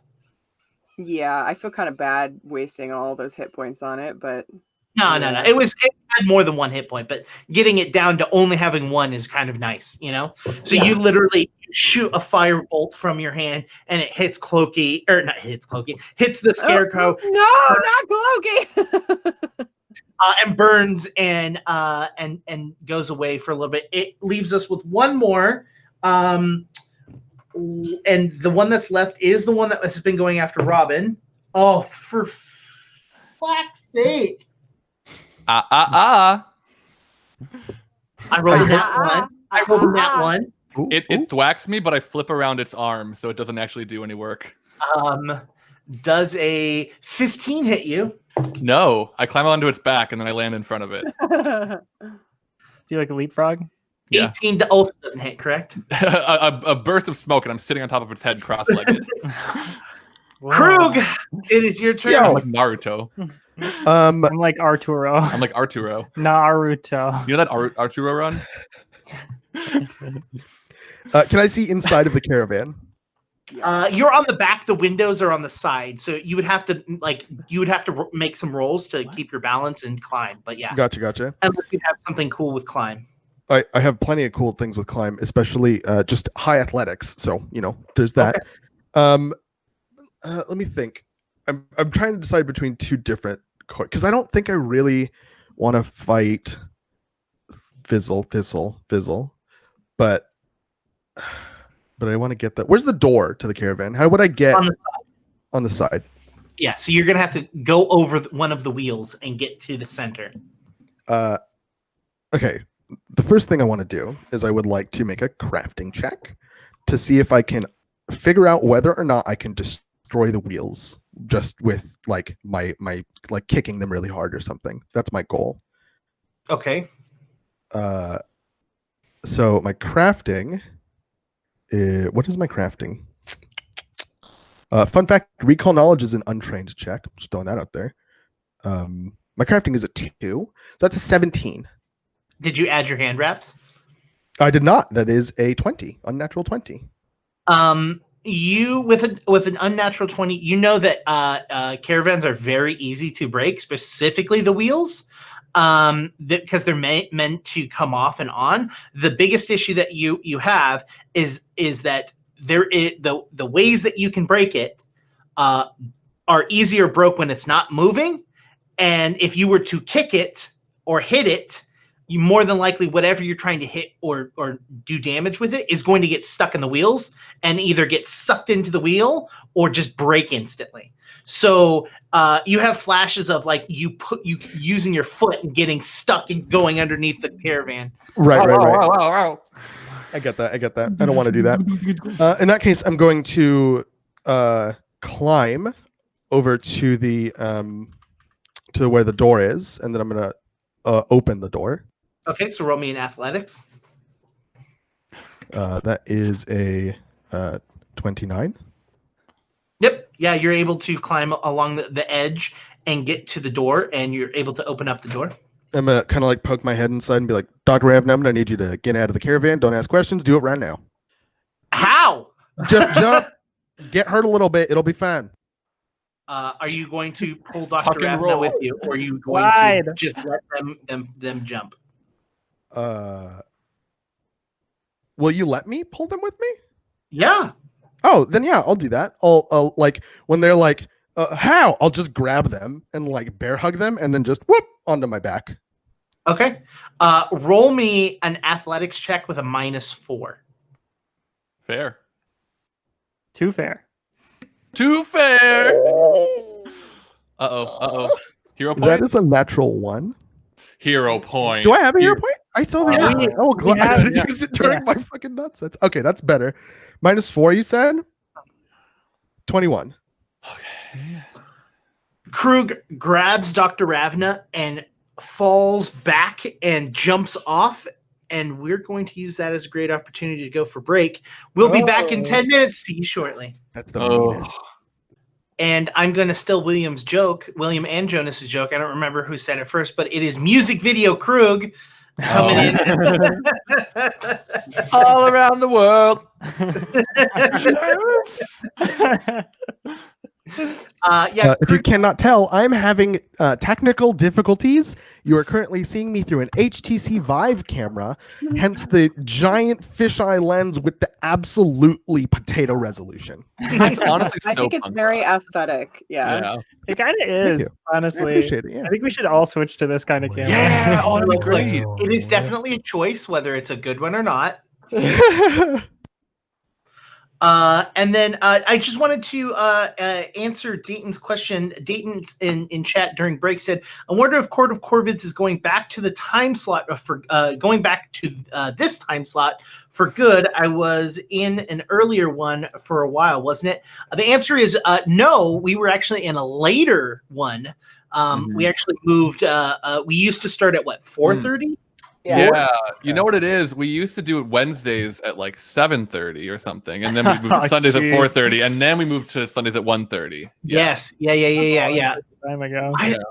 We have moved around. I don't know when we come back, because spoilers, we're actually going to end this season next Right week. now. Thanks for being here, everybody. Sorry. Next week is our final episode of this season. So we have this episode and next one before we're going to take a short break, and we will be back. I need to just also address the last question that Dayton Calendar asked. Has anyone done actual play streams in VR? The only person I know of is Wayne Radio TV, who has a really, really good series called Half-Life VR, but the AI is self-aware. You can search Half-Life VR on YouTube and you'll find it. It's really, really good, really cool, really funny. I think you'll like it. That's all. I know there's a bunch of live streamers who do like Beat Saber, where they're in VR and they're on a green screen, so like you can physically see them playing Beat Saber. I mean, I don't know if they can do that anymore with the MCA stuff. I don't either. I really don't know. There's a lot of really like right now, just to be careful, the only stuff that we can stream on OS is like our own music, because we know that that's like safe for Twitch. Mm-hmm. Yeah, no, it's getting really rough to stream stuff on Twitch that has any sort of musical anything. There was a whole entire group of people that would just play what's that one dance game, Just Dance or whatever, like that. Yeah, Just Dance. Like that community's dead. Like I know. Yeah. I love that community too. It's rough. Anyways, Krug, what was your athletics role, if you remember? It was I don't remember. Sorry, I think I removed it. I think it was a 21. I think it was a 21. Yeah, I'm pretty sure it was a 21. Yeah, I remember it was around 20. You grab Dr. Ravna and you roll back, and as you roll back, you tumble along. And we're going to roll a D10. Okay. Okay. For each number that we're on the D10, you're going to take 1d6 of damage. Okay. That I land on. Okay. I would like to make it clear that Krug is trying their absolute hardest to make sure that Dr. Ravna takes as little damage as possible, even if it means that Krug takes as much damage as possible. If I need to roll more stuff for that or whatever, but by all means. We'll have some fun. Ready? Okay, sure. Krug's about to die. I rolled a 10. Ooh, so 10d6. Here we go. Oh boy. So how I originally was planning it was that Dr. Ravna would take half and you would take half.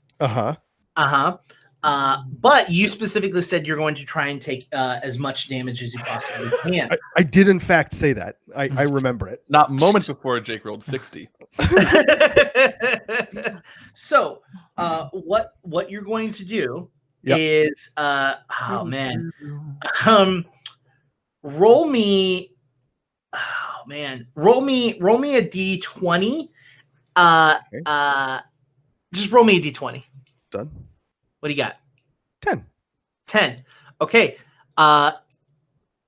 Each time you roll a 15 or lower, you're going to take the damage.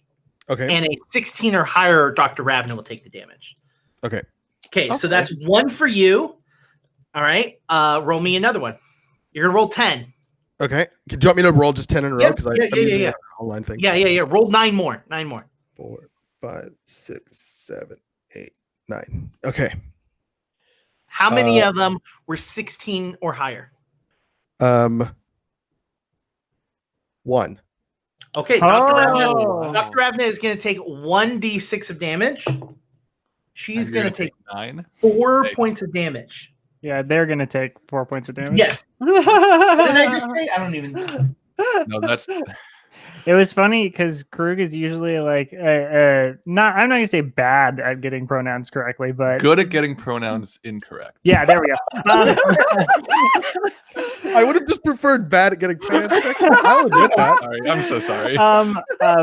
But it was funny because you just referred to Krug as they, like not like a minute ago. And so yeah, No, Krug did. it's funny. Yeah, Krug did. Yeah. Which is, I mean, certainly less incorrect. Yeah, it's just funny. Arguably not incorrect. Because I think you're like training yourself to just say they most of the time. which like, if you have to, is good. Honestly, like if you need a default, I think that should be it. It's but good. It's good to get everyone's pronouns Yes. correctly, like correctly, correct, Correctified. correctified. My friend posted like the best status on Facebook the other day. She was like, I corrected this guy I know about referring to our friend with the wrong pronouns and corrected him to say that it was they, and he said, well, I don't care about that stuff. And she said, so I've just been calling him she and her for the last week, and he's furious. Do you think he cares now? Yeah, I've thought about that. It's like I don't want to misgender anybody, but if I did want to, it would be a situation like that, just literally to help someone understand why it matters. I'm really upset we've had to fill this much time just to figure out how much damage I'm taking. Krug. Yeah. I would like you to take 30 points of damage. That's a not so lot of bad. points of damage. That's above average. Yeah. I rolled average because max damage was 60, right? Yeah, but max damage was 60 if all of them went to Krug. One of them went to Ravna. So the fact 9 times 3 would be 27. So yeah, that is 3 points above average. Yeah. Yep. I just wanted to. Yeah. So there you Cool. go. I'm low. Suffice it to say. I'm I'm low on the old health.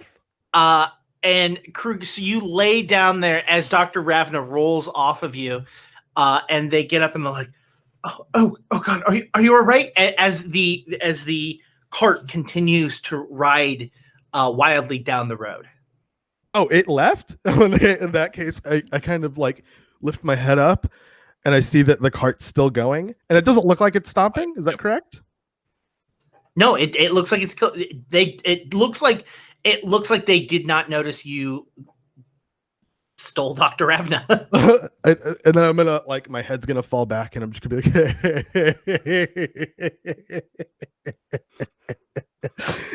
yeah, I'm great. That's funny. That's hilarious. And then I just collapse a little bit and just like breathing heavy.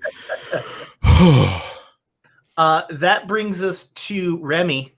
You have a +1 guidance. Don't waste it. Yeah. Don't throw away your shot. And I'm right in front, so I'm gonna stab. Mm-hmm. Well, it's a slash. Let's be real, it's slashing damage. It is a wide arc stab. So coming up with that +1 as well. Okay, that's gonna be 31. That is a critical. Critical. Critical. You know, here we are talking about DMCA. Not bad. Oh, that's gonna be 32 damage. That kills it. Oh, Bam, bam, da, bam. Remy. I get out like I'm there on.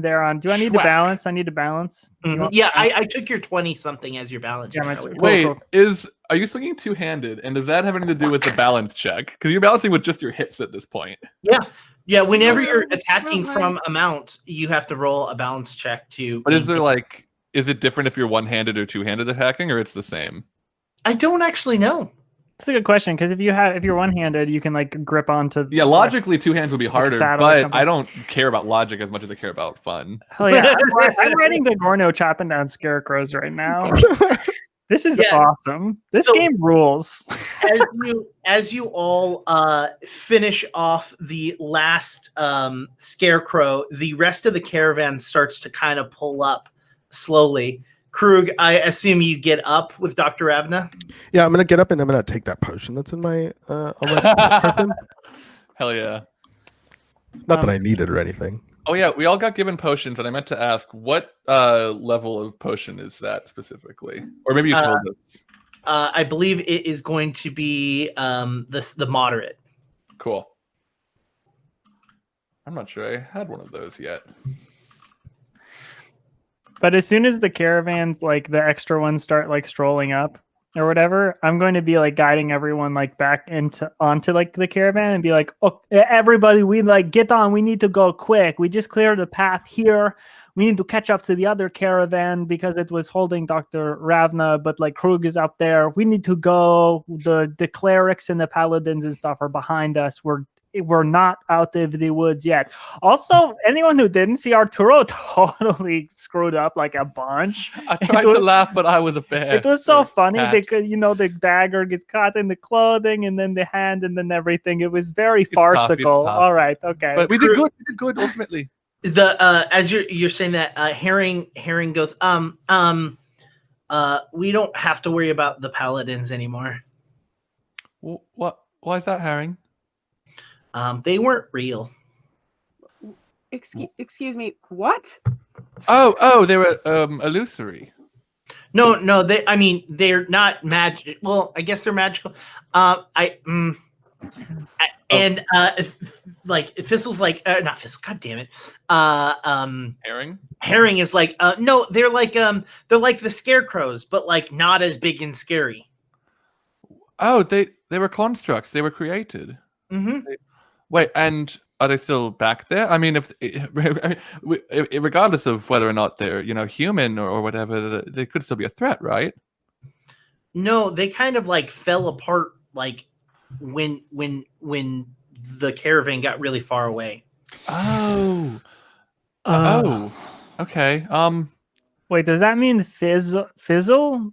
Does that mean that Fizzle had the information that the paladins of Pharasma and stuff have been after us?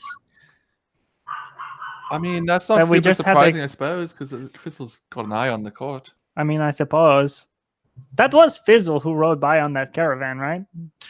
And Herring's like, I don't know who that is. Tengu. Arturo. Arturo's just standing back with his arms crossed. He goes, "Oh, I just figured since I was so useless that you didn't want any information from me." No one said you were useless. Arturo, no. You were. Robin goes up and gives him a big hug. It was just so funny how bad I was. Yes, that means you are not useless. You're bringing us comedic Arturo, relief. You have to understand. It was a surprise to see you do something poorly because you usually don't. Arturo, you're obviously not a performer. Do you not know about what a heel is? You were a heel. The heel is usually the most important part of the play. Okay, well, a heel is more like, the baddie for like fun purposes. Remy, You're more like Remy. a jester, or someone like a sponge, like the clown. You're like a big clown right now. I have to be clear. The only reason I thought it was funny is because I never in a million years thought I would see you screw up so badly because you're so competent. It is Arturo. like big shoes, red nose, honk honk. It was very good. A lot of relief on the battlefield. Like, look, I don't know how long it's going to be until Fizzle finds out that he doesn't have Dr. Ravna, but we should get in and start heading out. And we also probably need to go pick Krug up. Yeah. Is the caravan still Fizzle's the one that Fizzle was driving? Is it still moving? Yeah. Cool. Yeah. I guess let's go quick then and try to just not draw attention to the set. You can see Krug with Krug's arm over Dr. Ravna, and the two of them are walking. It looks like Dr. Ravna is like holding Krug up a little bit. Like Krug can probably hold himself, but like no. I feel like Dr. Ravna's like. I feel like what happened with like trying to take the damage was that like I slid on my back and it just like tore up my back. So I'm just like, I don't want to move very much. Please help. And so they're just trying to keep me from doing that. Mm-hmm. I would like to Dogskate would also be nearby. I would like to call Dogskate over and hop on him. And I want to ride chasing after the caravan, not expecting that I will catch up with it, though that would be cool. Mostly, I want it to be very clear that I'm chasing, clear to Thistle that I'm Fizzle that I'm chasing Fizzle, so that Fizzle doesn't think we've already accomplished what we wanted. If that makes sense. Fizzle's so far away. Yeah, Yeah, Fizzle, but yeah, Fizzle's moving 140 feet per 6 seconds, right? And you It guys have has been been since like getting past us, which Sure. was Okay, like 3 fine then. rounds ago, so yeah. like you're not only are you not going to catch up, which I know you're aware of that, but you're Yeah. not even going to be able to be in its sight anymore. Okay, cool. Then Yeah. I will hop on Dogskate just to ride up to Krug with my healing hands ready. Healing hands. I could do it too. You need Yeah. some more hands-on help. Couldn't hurt. I'm gonna climb onto one of the Krug's like, caravans. nope, not gonna say anything. I'm gonna climb over up to one of the caravans as everyone else is going off, You and I want want to to get like handled by the ladies. I'm gonna like nudge Arturo and be like, hey, it happens, and sometimes I fall flat on my face, but it was funny. Thank you for that. But I will say, before that, when you were like, pulling the rock out of the ground and smashing the scarecrows, I mean, it's cool to see what you can do, Arturo. I mean, we've been following you for a while, didn't know what you were capable of, and now I know that you are also a monk, like Krug. Because he punched the ground and you pulled the ground out of the ground, It's cool having a couple of monks around. That's all I'm saying. That makes a lot of sense for the way that you talk too. So, okay, praise the Rory. Bye. and then Remy just gets in the caravan, like rides Dagorno over, and Remy's like, we did good, Dagorno. You did so good. And Dagorno's head turns around as much as it possibly can to look at you and goes, "Thanks." And then we run into like a horse. Neither of us are paying attention. I thought dogs couldn't look up that much. I mean, I'm not saying the dog was able to see. That is Remy. a bit started by Shaun of the Dead. Dogs can look up. No, they can look up, but they can't like fully look Sure, up. yeah, they can't like turn backwards. Yeah. I Yeah, have dogs that are this big. They have to look up at all 5'10" of me every single day. Yeah. I know they can look up. Okay. No, I just mean that like the dog can't look up and actually see Remy, Yeah. and instead of like turning around to see Remy, they're just like, "Oh yeah, and so I assume all of you get back into the caravans and continue going, or what's your plan? I guess, yeah, maybe we get Krug and Dr. Evna onto the caravan and then heal on the move, since we don't have a lot of time to waste. Sure. Whoever's healing, go ahead and roll them. Yeah, so it's in the caravan. I'll set the scene, everyone, while you're getting your dice together. And there's like this, just like a little bit of moonlight peering in through the cloth and wood of the caravan, and like the camera glides across, like starting down by Krug's feet, like on the bed laying, and it reveals that Krug is like shirtless and sweating, and and the two of them are laying their hands on Krug to heal him, and Krug is like just like looking out the window into the distance. There you go, everyone. I'm going. Go ahead. I honestly, for once, don't have anything to say. So that's a situation. This is like not to channel this too much, but when Jeff Goldblum was in Jurassic Park and it like cuts to him, Jeff like Goldblum was in Jurassic Park? It cuts to him on the table and he's like shirtless, like his shirt's open and he's all sweaty and stuff. And, of course, I remember that one. Yeah, I think it kind of Sure. resembles that a little bit. Life finds a way. Life finds a way. I'm gonna do, what's the highest I can do? I think I'm only an expert in medicine. Yeah, so I'm gonna do the DC 20 check. How much healing does he need? Like, can I just kind of observe this? Or do I need to also lay hands upon? Because now I'm feeling weird. I don't know how much Krug is going to. Before I took my potion, I was at 7 health, and now I'm at 30 health. Okay. Because I took my potion. I rolled a 31, which is a critical for the DC 20. So it's going to be 4d8 plus 10. Yeah. How you doing now, Krug? Well, I haven't rolled yet. Well, I don't know. I'm doing 4d8 plus 10 better, though. 8, 12, 15, 18, 28 more. Whoa. I'm pretty good. I'm 58 out of 73. Cool. Oh. Yeah, you're doing pretty good. That does take 10 Such high minutes. health. All You of think you, that's high health? You should talk to your boyfriend, freaking Scott. Yeah, right? Wait, what boyfriend? I thought my boyfriend was Clokey. Well, Mia, it's kind of hard talk to to keep Mia. up. Mia also probably has very high health. Just throwing that out there. Oh, okay, Krug. Mia? You want to talk about Mia? I mean, she's very strong. Yeah. I high need to health. catch these hands. You know, Molly, if you want to use your healing action to intentionally hurt Krug a little bit, I can just heal him. No, I'll heal Krug a little bit. Yay. All right. no problem with spare boyfriends. I'm gonna roll for Dr. Ravna too, and I'm just gonna do the regular DC 15 on this one. Okay. It's a Stop it. regular success. Mochi, stop. Ooh. Would 14 get them to full? Yeah, they didn't. They took. I took like 1d6 of damage. Yeah. So yeah, it's just 14, and they're not wounded. If Yeah. neither- They took 4. They took 4 points of damage. I think. Cool. I think they're fine. So okay. So all of you, as you guys are riding in the caravan, you feel that the caravans are all moving faster than they were, and Arturo is in the caravan with all of you. Says, I don't know how we didn't see that.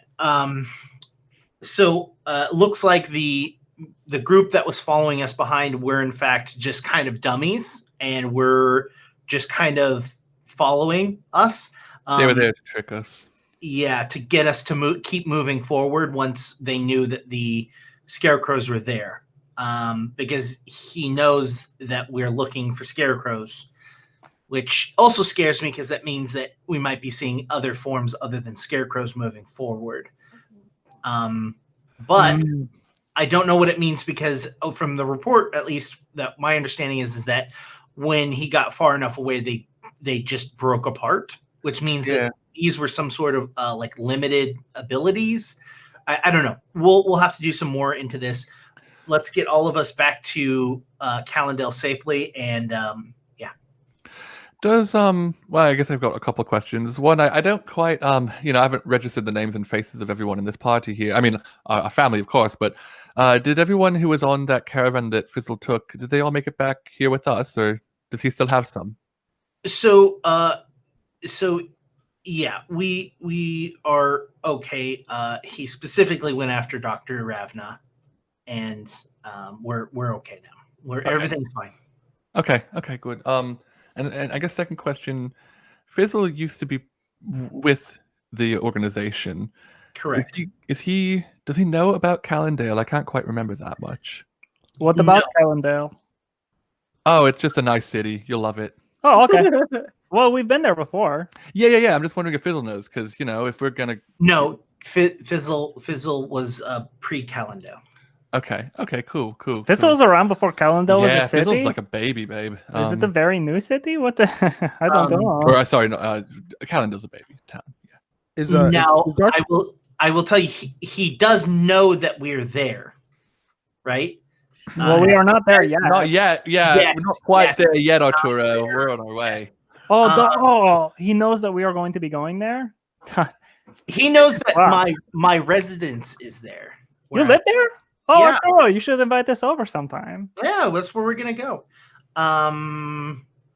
Anyways, yes, Is Dr. Ravna in this caravan with us? yes. I actually also have a question. Dr. Ravna, why did Fizzle want you so badly? I don't know. I don't even know him. I mean, do you know anything about the kind of constructy stuff that he does? Do those scarecrows make any sense to you? Not a part of my magic, no. What about his throat? Did you happen to catch that? He's got a big old gash on his throat. Is that something that makes any sense to you? Healing and scarring are a thing that happen even with magic. I mean, people have the ability to heal themselves over time or be taken medical attention, but you don't need the same kind of magic to resurrect someone that you do to remove a scar, right? I mean, I'm sure that there are different things that would allow them to do that, but it's not magic in which I've focused my attention in. No. Fair enough. You could, any sort of magic that you can think of, just assume that there's a ritual for it, right? Whether it is making yourself look different, whether it is raising the dead, whether it is destroying the dead. Yes. So these rituals, sorry, again, you'll forgive me, I don't know very much, but these rituals are a specific kind of magic. Is that the kind of magic in which you specialize? Yes, I'm a ritualist. I see. So maybe it could just be that they need somebody that knows about rituals. Because you just said that a ritual could be used to summon undead or do any kind of thing. Mm-hmm. Maybe they're looking to do a specifically complicated ritual and need someone like you to do it or to help them do it or something. At this point, your guess is good as mine. All right, well. Do you, I guess, while we're on the topic of rituals, Dr. Ravner, I mean, I've been hoping to, sort of expand my my knowledge recently. Do you know any rituals for like contacting people if you don't know where they are? Just calling, like the kissing box you've got, right? But say I wanted to reach out to like a particular person who I knew was somewhere on the plane, right? Do you have something for that? I personally do not, but that being said, I think I have maybe some books that I could read through or possibly even do some research on it. I think it's completely possible. I remember reading about it, but I never really focused on it because it wasn't something that I was too terribly interested or needed to do at the moment. But well, we've got time on the travels, and when we arrive, I think I don't know if you noticed, I'm a bit of a reader too. I like to read. I like the words. I like the books. I could look through them with you as well. Yes, absolutely. We could absolutely look for that. Is it someone that you find? I mean, it's none of my. This is largely hypothetical at this point, Doctor. It's just it's something I've thought could come in handy in a number of situations, and it'd be good to have that in our pocket. Arturo kind of like chimes in. He goes, Robin, not to burst your bubble, but we've got quite a bit of important things that we do need to figure out. So if this is just a hypothetical and not something that you need, maybe we should have Dr. Ravna maybe do a little bit more focusing on what we can manage to figure out with the skull pieces that we're willing to use. Sure. That does make sense. Oh yeah, the skull pieces. And Remy like digs into their pocket and pulls out like the almost entirely assembled skull. Mm-hmm. It's missing. Is it just missing Dr. Ravna's piece and Robin's piece? Cool. Yep. Yeah. I don't think that I should hold on to this anymore. So Arturo like gently brings his hands out and touches it and lifts it out of your hand. Remy's gonna like pretend to drop it. Oh god. Oh, I'm sorry. Okay. Yeah, Robin was ready to catch it. Before when Remy pulled it out of their pocket, Robin was ready to catch it. Yeah, you do the clown business, I do the clown business too. It's a good time. Here we go. And he picks it up and he goes, Dr. Ravna has a piece. There is one more piece missing. Do we know what that is? Yeah, it's right here. Robin pulls out a key. It's in a Don't open it. Don't open it. No. Hold on. Like a big old chest, I think. Yeah. We want to do this in a second. So I've got. I don't know if you've seen this kind of thing. It's so cool. I found it in the shop. I want to learn how to make these. But yeah, if I were to, and I won't, push it into an imaginary lock and twist it, which I'm not doing right now. I'm just talking about it. I'm not miming. Robin, am miming it. It would pop into a chest that has the bone shard inside of a jar in it. A jar filled with toxic chemicals. Yeah, it's the whole thing. Moss is standing in the background of this conversation, like doing very dramatic, like acting of everything that Robin is describing. By the way, very appreciated. Arturo opens his cloak up and takes the skull, and it looks like there's no pockets. Like it looks like almost like a black void of anything. And he takes it and he puts it into his cloak, and then lets go, and it's gone. Wow. I want one of those. A little pocket dimension in there, do you? Could I put myself in it? Hey, and then Remy goes over. Jump in, babe. I'm gonna give you a guidance slap on the back. He goes over to like pull the cloak open. Hold on, Arturo, come on. Hey, let me in. Like just my head. Let me I pull Clokey close to my mouth and say, "Can you do that?" And Cloak is like, I think I am in that. Oh, well, that breaks my brain a little bit. Yeah. I'm sorry. What did I just see? What did we just see, Arturo? And Arturo's like, it is a cloak, and yes, it is a small pocket dimension that you have. I have access because I have attuned to it. That anything that I place inside of it will be stored into a pocket dimension, and whatever I want, I can reach in and I can pull whatever that object is out. It's perfectly natural. It's not unlike the key. And do you give Arturo the key? I don't think so. Unless he like really, really, really needs it. But preference is just hold on to it until we're in a safer space. Yeah, I mean, yeah, because Arturo's like, when we get back, we should assemble what we are planning on putting together as the skull together. Keep Dr. Ravna's piece as far away as possible. We aren't quite really sure what's going to happen once it's all put together, and we don't know if it's going to have an attraction like a magnet or what. But we should keep Dr. Ravna's piece as far away as we possibly can, and maybe do some research and figure out what all of this combined can do. I think to add to that, because absolutely we should, I think it might also be good to do some research into what each piece can do. I mean, I don't know if we can take out the ones that are in there or not, but like mine in the jar, we don't, I mean, who knows what properties it could have. Like, yes, the skull would be great. We have thoughts about it, but what if each shot individually would be more useful to us overall, you know? We need that information. I agree. We need to see if the sum of the parts is greater than it as a whole. Exactly. That's what I was thinking of. Thank you. Absolutely.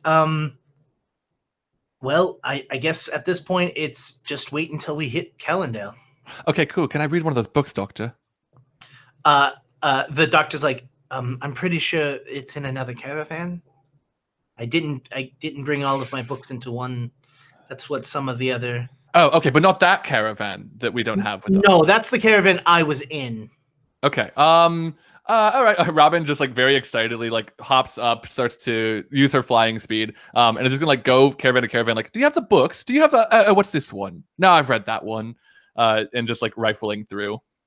So that ability lasts for a minute, right? Yeah. You use it every 10 minutes. Yeah. And then so you're able to like kind of like hop fly, like it's like very much like a glide almost. Mm-hmm. Like you jump up and you glide down. You roll me a perception at for the first place you get to. Roger. 18 plus 13. Roger. 31. Roger. 31. 31. All right. You look around and this is definitely the one that has all of the books. Cool. You're not really, it's not like they're labeled like this is the rituals for finding lost loved ones. Like it's so I would say that you like for the rest of the time you basically spend your time in there just kind of like scrolling through books and go totally maybe that one, and like probably separating them in piles of absolutely this one's evil, that's not it. this one's about gods, definitely not that one, like you know what I mean. She has big sorting like needs right now. She's going in like full librarian mode and just like trying to catalog for herself what these books all are for future reference. So after a while you pull up to like the caravan stop. And Arturo goes, well, we're here. We are in Kellendale? Right outside, but yes. Okay, cool. Are we walking the rest of the way, or what's happening? You all can go in with your caravan, but I'm going to stick here with Dr. Ravna and get all of their belongings safe and sound into their new home. And are you gonna put up Dr. Ravna like next to you in Kellendale? You're gonna be neighbors? yes, I want to put Dr. Ravna in a place in which I can keep an eye on them and make sure that they're safe. Okay, cool. Smart. Yeah, I guess we'll take our caravan, we'll go in. Is there anywhere specifically you want us to go? What do you want us to do immediately? I mean, check out the inn if you want. Cool. There's a great tavern in town. Take the evening off if you'd like. I'll reach out to all of you. Cool. And Robin, please keep that piece safe. Of I know course. you have. I know you have. I know. She pulls out like the whole key ring that has like a couple dozen on it. She's like, I think it'll be okay. But Wonderful. thank you. And Arturo steps out of the caravan and takes Dr. Ravna out as well. I assume that they were kind of all in your caravan. Yeah. And allows you to go in by yourselves. Bye, Arturo. Bye, Dr. Ravna. Thank you for turning us into Dampiers. Wait a second. Was it Rowan and Ash? Mm-hmm. Yeah. Robin, like she stops at the edge of town and like her eyes get super wide and realizing that she, maybe also Remy, had met Ash before when we were last in Kellendale because she was the bartender. So she's just like, oh my god, we knew her, Ash from the party. We knew her. She's a friend. Ash from the party is a friend. Yeah. Okay. I just thought she looked familiar. Where do we know her from? What? Things are clicking. She's the bartender here in town. Do you remember? Oh, yeah. Oh god. See, now I feel embarrassed. I feel like she probably remembered me, and I just was probably real awkward about it. Well, maybe we bad. were, we can play it off like we were, kind of being all in disguise or something. I mean, we were trying to play it close to the chest. Not the key, the chest with the key. You know what? Hey, everyone. Kellendale's pretty cool. I did some, bodyguarding and some vigilante stuff here last time we were here. Yeah. Made some decent money. We just kind of chilled. Really nice area. Honestly, yeah, I got a couple of friends here. Actually, I kind of want to check in with some. Do you want to maybe meet at the tavern that has a name in an Tipsy hour or Crow. so? The Tipsy Tipsy Crow. Crow. I'm gonna write that down. Yeah, Tipsy Crow in like an hour. Tipsy Crow in an hour. Are we going to split up? Well, I mean, I just have one stop to make. Y'all are welcome to follow me. I just want to go see my friend Alexander in the nail salon. But Okay, cool. I mean, wait, is Rose going to be here? Because I don't want to run into Rose too fast. Because Arturo just gave us the night off, and I don't want to have to deal with that. So you do remember that Rose said that she would meet you in Kellendale. That is 100% correct. Oh, but Do I know when? is Scott here? You are aware that Scott is in town. You specifically know that Scott has been training in the facilities with Mia, Grr. but you don't know where that is. Okay. I think we should have a night, a hero's night, like we us. could use a night. Yes, all of us. I mean, we're so often we go to sleep and we are like on guard and trying to, we'll get attacked by a tiny demon, like a little imp or something. But this time we can go to sleep and we can all, hang out, play a little, truth or dare, never have I ever, that kind of thing. Have a good time. What do you think, Krug? Moss? It has Yes. been a long time Of course, since I've even thought about having fun. I'm always having fun, but I'm sure that I could perhaps find a place to perform, or perhaps I would seek out Scott, or I don't know, maybe drink myself into oblivion. That sounds delightful as well. Hey, At least all once, options in yeah. Kellendale. Yeah. Yeah, you know what? That'll be the night. We find a place for Moss to perform. Moss, we invite Scott. Moss the Magnificent performs, drinks self into oblivion, and then we all head back to the inn and play some little games and have a good time and get a good night's sleep. Remy, I like the way you think very much. Well, thank you. So do I. It's very me. What time of day is it roughly? It's probably maybe like 3 or 4 in the afternoon. Okay. Then yeah. Robin would like to stop at the I didn't get a name for it, but the nail salon. Sure. See if Alexander is there. She would definitely like. I mean, everyone is welcome to go. She would tell Moss like, I have a friend you'd probably I would like you to meet. But other than that, of course, everyone's free. But that's my first stop. Oh, yeah, we can drop you off and we can all meet at the Tipsy Crow. Is that what you were talking about? Yeah, I think so. I just want to. Wait, so Scott in. Scott is in town? That is what we know. Yeah, are you asking me that, or okay. I'm talking to the group. It sounds like it. Oh, cool. If Scott is in town, do you think Mia is in town?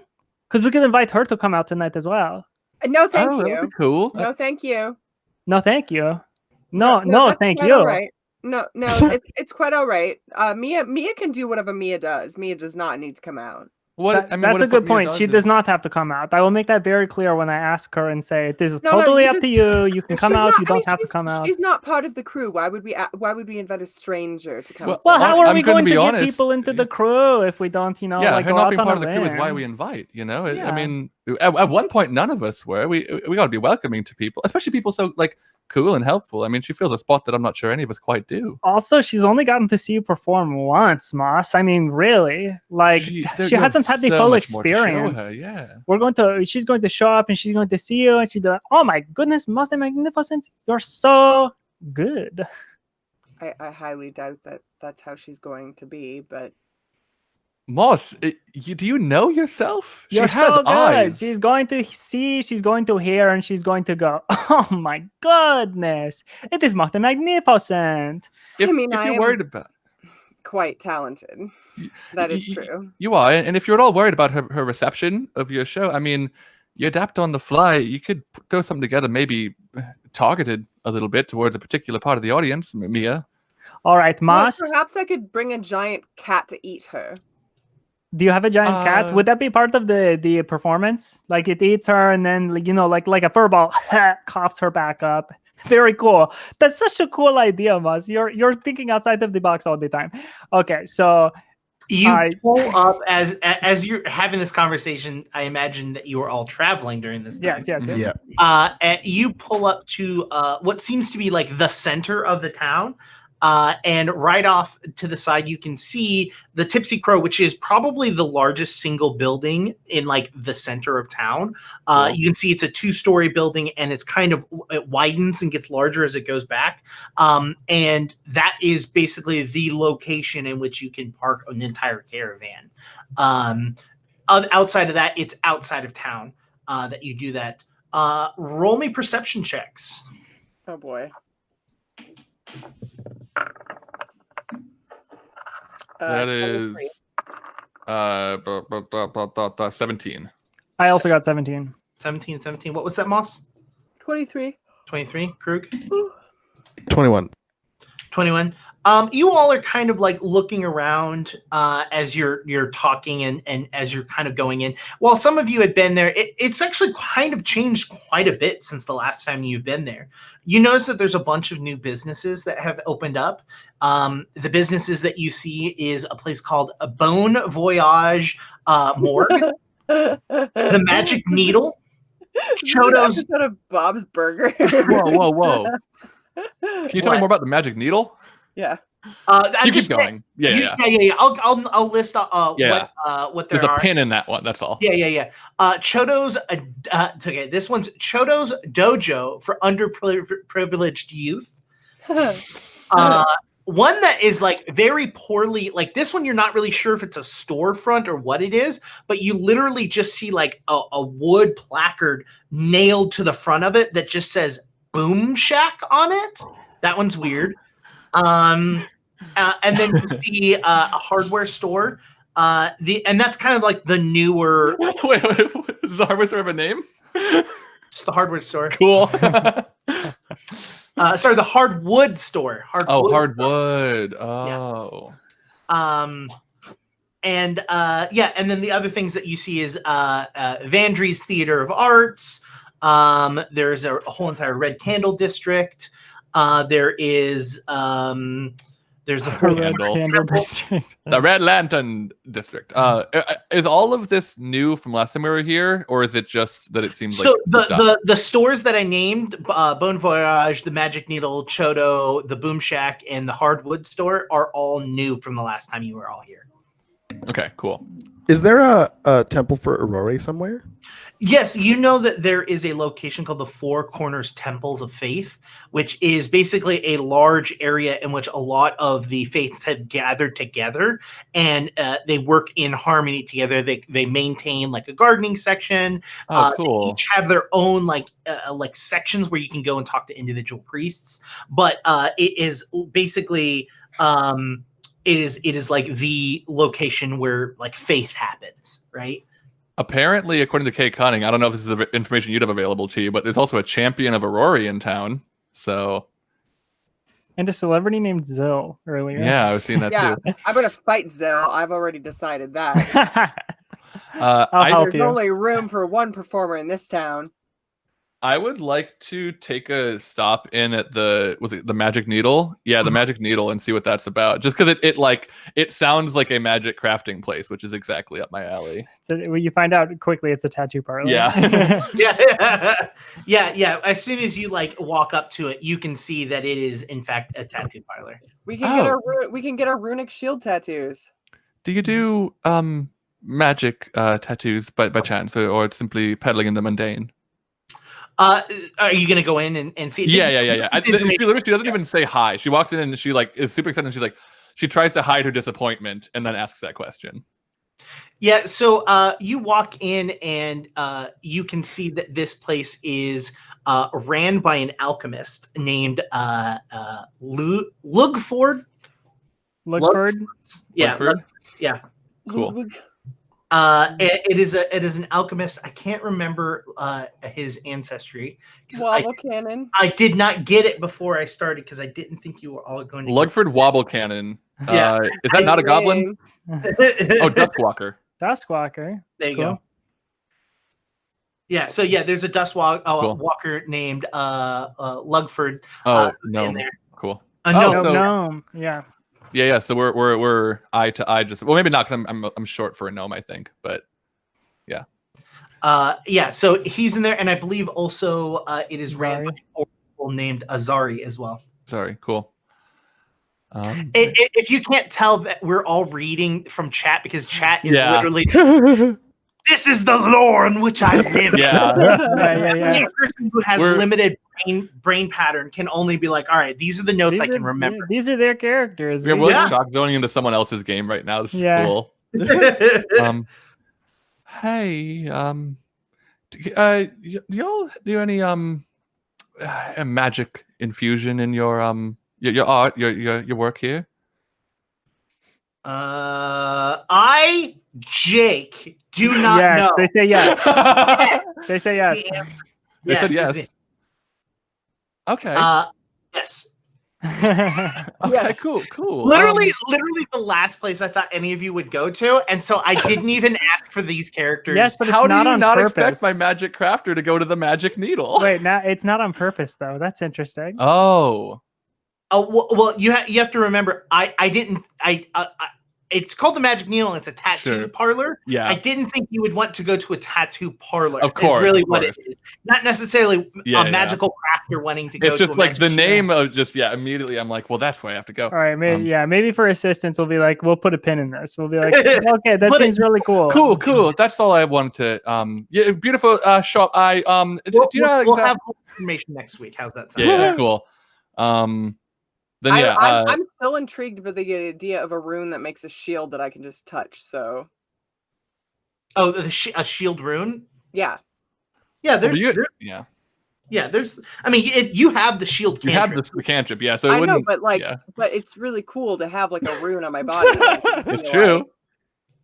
That can exists. make a I mean, shield. rune tattoos is a thing, which you can spec into, but it'll take you. It's a feat, but like, what if I role played getting the feat at the tattoo parlor? Well, Right. good thing that you're all level to level 6 for next session. So that is something that you can in fact do if that's something that you're interested in.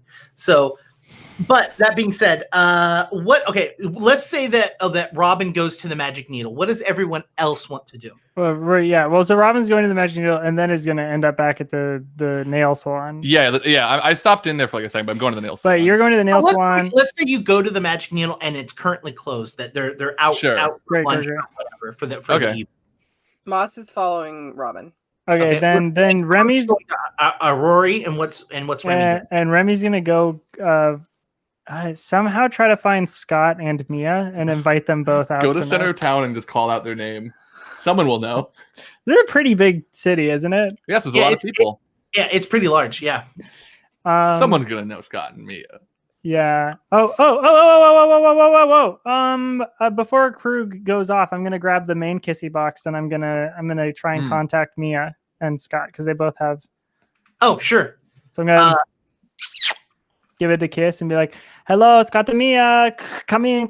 So you can only get in contact with one of them. Which one would you like to get in contact with? Can I choose? Oh, I know. Okay, I'm gonna get a hold of Scott first. Hello, Scott. And Scott, it takes a minute, and then you hear Scott, and it sounds like he's out of breath. And you're like, hey, Remy, what's up? Hey, Scott, you sound tired. Are you too tired to go out tonight? Wait, what do you mean? No, I'm not. No, I'm working out. What's up? Oh, working out. Okay, cool. Are you in Kellendale? I am in Kellendale. Buddy, homie, my friend. We are also in Kellendale. We just arrived. You want to take us out on a night down the town tonight? We're going to try to find a place for Moss the Magnificent to perform. Honestly, I haven't explored much of the town, but I'm down. Where are you? I'll meet you there. I don't know. I'm heading towards the Tipsy Crow. Okay, Tipsy Crow. I know where that is. I can meet you there. Really quick. Is Mia nearby? Perhaps is she in town? Yeah. She's right here. Mia's right there. Okay, good. Okay. Okay. Well, I don't know. I mean, like, Mia is invited as well. Also. Awesome. Do you know who Rose is? Were you around with Rose when we were encountering Rose? Yeah.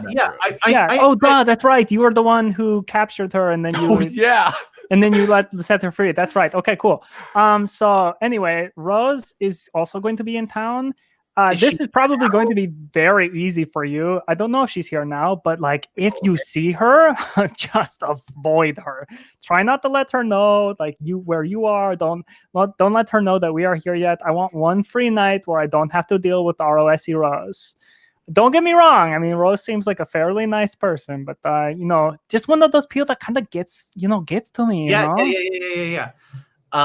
I mean, I have no control over that, but I get where you're coming from, I guess. But like, how soon before you're at the Tipsy Crow? I will head over there right now.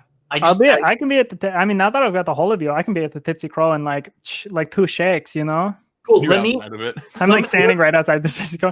Let me just because I was just working out. Let me just like clean up real fast, and I'll be right over. Yeah, take a shower, do whatever you need. I mean, if Mia was working out with you should probably both take a shower. I don't want you coming out all smelly. We're going to have a good time.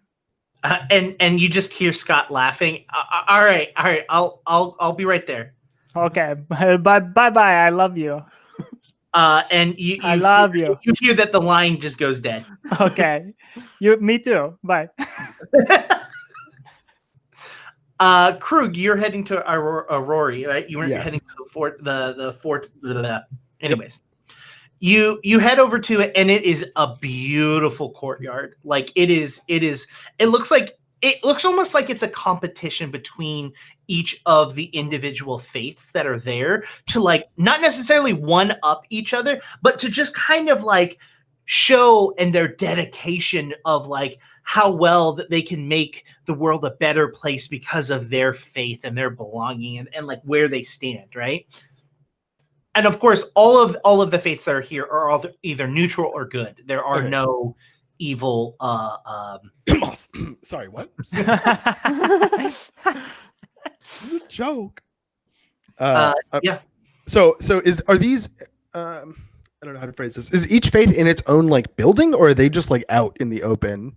So like each different part of each different faith has like a different section. Like for example, Abadar has a bazaar section. So there's literally a section that is called Abadar's Bazaar, which is just like a bunch of storefronts.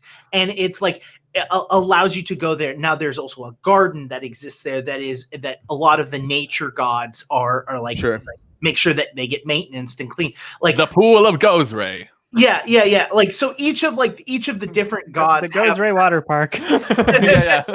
Raging waters. There's literally like a pond that exists that you can go. So each of these are literally just different kind of like aspects that exist within that. And you can see that Aurori actually has a library dedicated to him. I buy it. I'm going to go to the library and knock on the door. You walk up to it and you knock on it, and someone opens the door and goes, "It's not locked." No, but I was trying to be respectful. Hi, by the way, my name's Krug. I'm an Aurori worshiper that comes from. Do you remember the thing that happened a while ago with the gate that opened and all those people? I'm one of those people. Does that mean anything to you? Doesn't matter. Probably not. I'm gonna tell you, if you're a child of Aurori, you're accepted no matter what your history or past was. It's only greater influence on what you can become. That is a beautiful sentiment. I'm really happy to hear that those of you who are here follow in the same footsteps that we did back home. I need help. I need. Okay. I have. Well, what knowledge do you seek? Normally, I would try and figure out something like this by myself. It's a great opportunity to learn, but I don't have the luxury of being able to make a mistake because I think that people's lives depend on it, and I don't want to treat that lightly. And as I'm saying this, I'm undoing my hand wraps, and I kind of set them in their hands. So Krug, weirdly enough, as you unwrap these, it feels like it just keeps going, and you keep unwrapping and unwrapping and unwrapping and unwrapping, and you're like, this shouldn't. And it goes from between your knuckles all the way down. But as you like clear a layer off, it looks like there's another layer, and you're like, I didn't triple layer this. What is going? And you just keep going and going, and it like you physically and you like look at the wrappings in your hand, and you can see that it's not changing length. Like it's not getting longer. Okay. That's new. I don't understand exactly what that is all about. But okay, how about this? And I've rewrapped my hand, and I show them the symbols on the hand wraps. And I say, I've had these hand wraps given to, I guess more like gifted to me. And they're powerful in a way that I don't fully understand. And recently they've been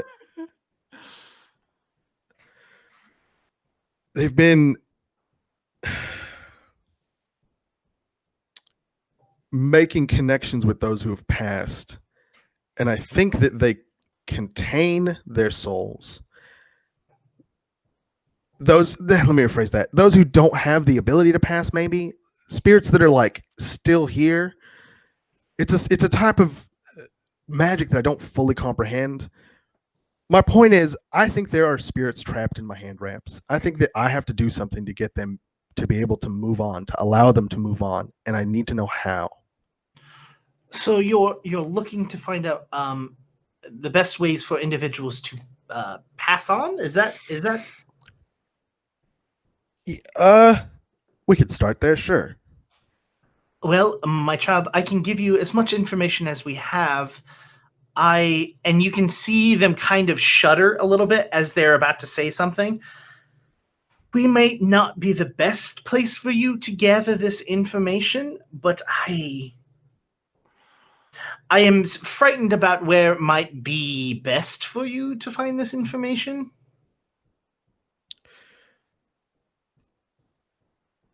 It's information that I need regardless.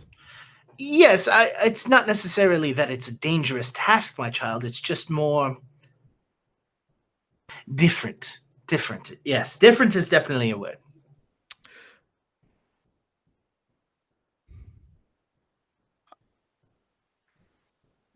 I'm okay with different.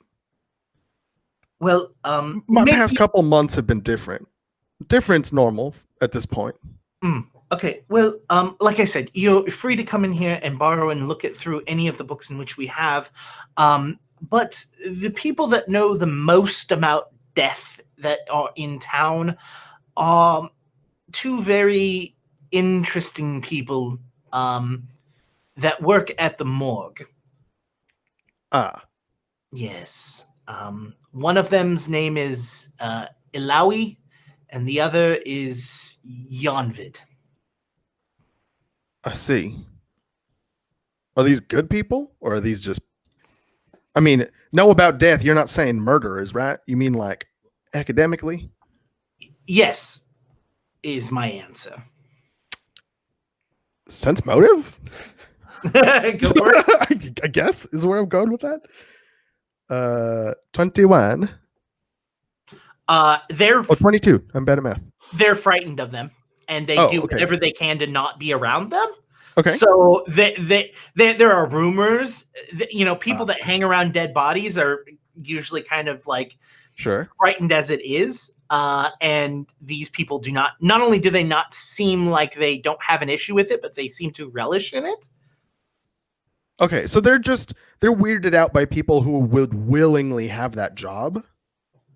Yes. But they don't think that they're like doing anything chaotic evil, for lack of a better term. What I would say is that at least one of them, Alawi, actually you wouldn't know which one of them, but specifically one of them adventures themselves, and so they have definitely killed people while adventuring, right? Sure. But the other one doesn't leave the morgue very much. Well, I appreciate your help. I'm sorry, I never got your name. Good piece of information to have on a person, don't you think? Agreed. Especially one as knowledgeable as yourself. You can call me Camry. Thank you very much, Camry. I won't ever forget that. And I'm going to walk back to the threshold of the door, bow, turn around, and walk to the kind of maybe 10 steps, and then I'm going to turn around again and be like, Camry, do you know where the morgue is? Yes, it is, and they give you directions within great. the city where it is. Thank you. And then I turn around and walk away. Carrying Lizard. First name, Toyota. Last name, Camry.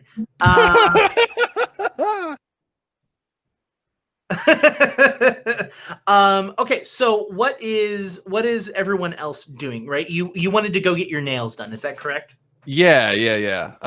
If we have time for both, if not, I mean, we can work that out. But we're heading to Alexander's nail salon. Sure. Yeah, you head over to Alexander's nail salon, and it seems like the place is pumping. Like you can hear that people are in there, and you hear chatter and whatnot going on the inside. Good for him. Pump it up. Yeah, this is actually on the way. If I could, I think there's a bit of silence unless Moss breaks it, which maybe would be like her. Robin does chime in, speak up, and just say, Moss, I just wanted to check in. I'm picking up some definite forgive me if I use the word animosity coming from you towards I would say our friend Mia. Because I would say friend. I think you did explicitly say not our friend. Is that something you want to talk about? Why on earth would you call Mia our friend? Mia was nothing but a pain on our asses. It's just that Moss, I mean, I respect you and I think you're great. That's just extremely not true what you said. She actually was very helpful, and I would even say crucial. Fine, you can think that. She was tremendously rude to me, and now she's hanging out with my boyfriend. I don't know why she needs to be hanging out with my boyfriend. That's completely ridiculous. I mean, do you not think that the training, maybe, and not quite my place to say, but I mean, wouldn't they be training? They similar fighting styles and all. I could see a benefit to that. Oh, training. Why does he need to train with anyone? What, to get stronger? I mean, it's if people get. Yeah, well, striking dummies exist. Yeah, but they don't. I mean, they don't strike back, do they? Yeah, well, I'm sure she'll just be a passing phase, and then it just she'll go on her way to her little jungle and her little cats and whatever she's doing. Roll a Yeah. perception, everyone. Cool. Everyone or just those Everyone? two? Just whoever's outside the nail salon right now. Okay, cool. Cool. 21. 28. 28. Yeah. As you are standing there, Robin, you see this first.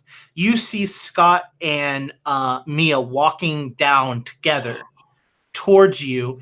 Not going towards you, like they're heading towards you, but they're walking down the street, and you know that the Tipsy Crow is on the way between where you are and where they are. Without are you sorry? No, so that's what Robin sees them first. Oh, right. So Moss will have the opportunity, and Robin specifically sees them laughing, and Mia giving Scott a punch on the shoulder as Scott like pretends like it hurts more than it does, and like laughs and like leans over and is just standing. And as they're like walking, Yeah. Is there an alley near us? yeah.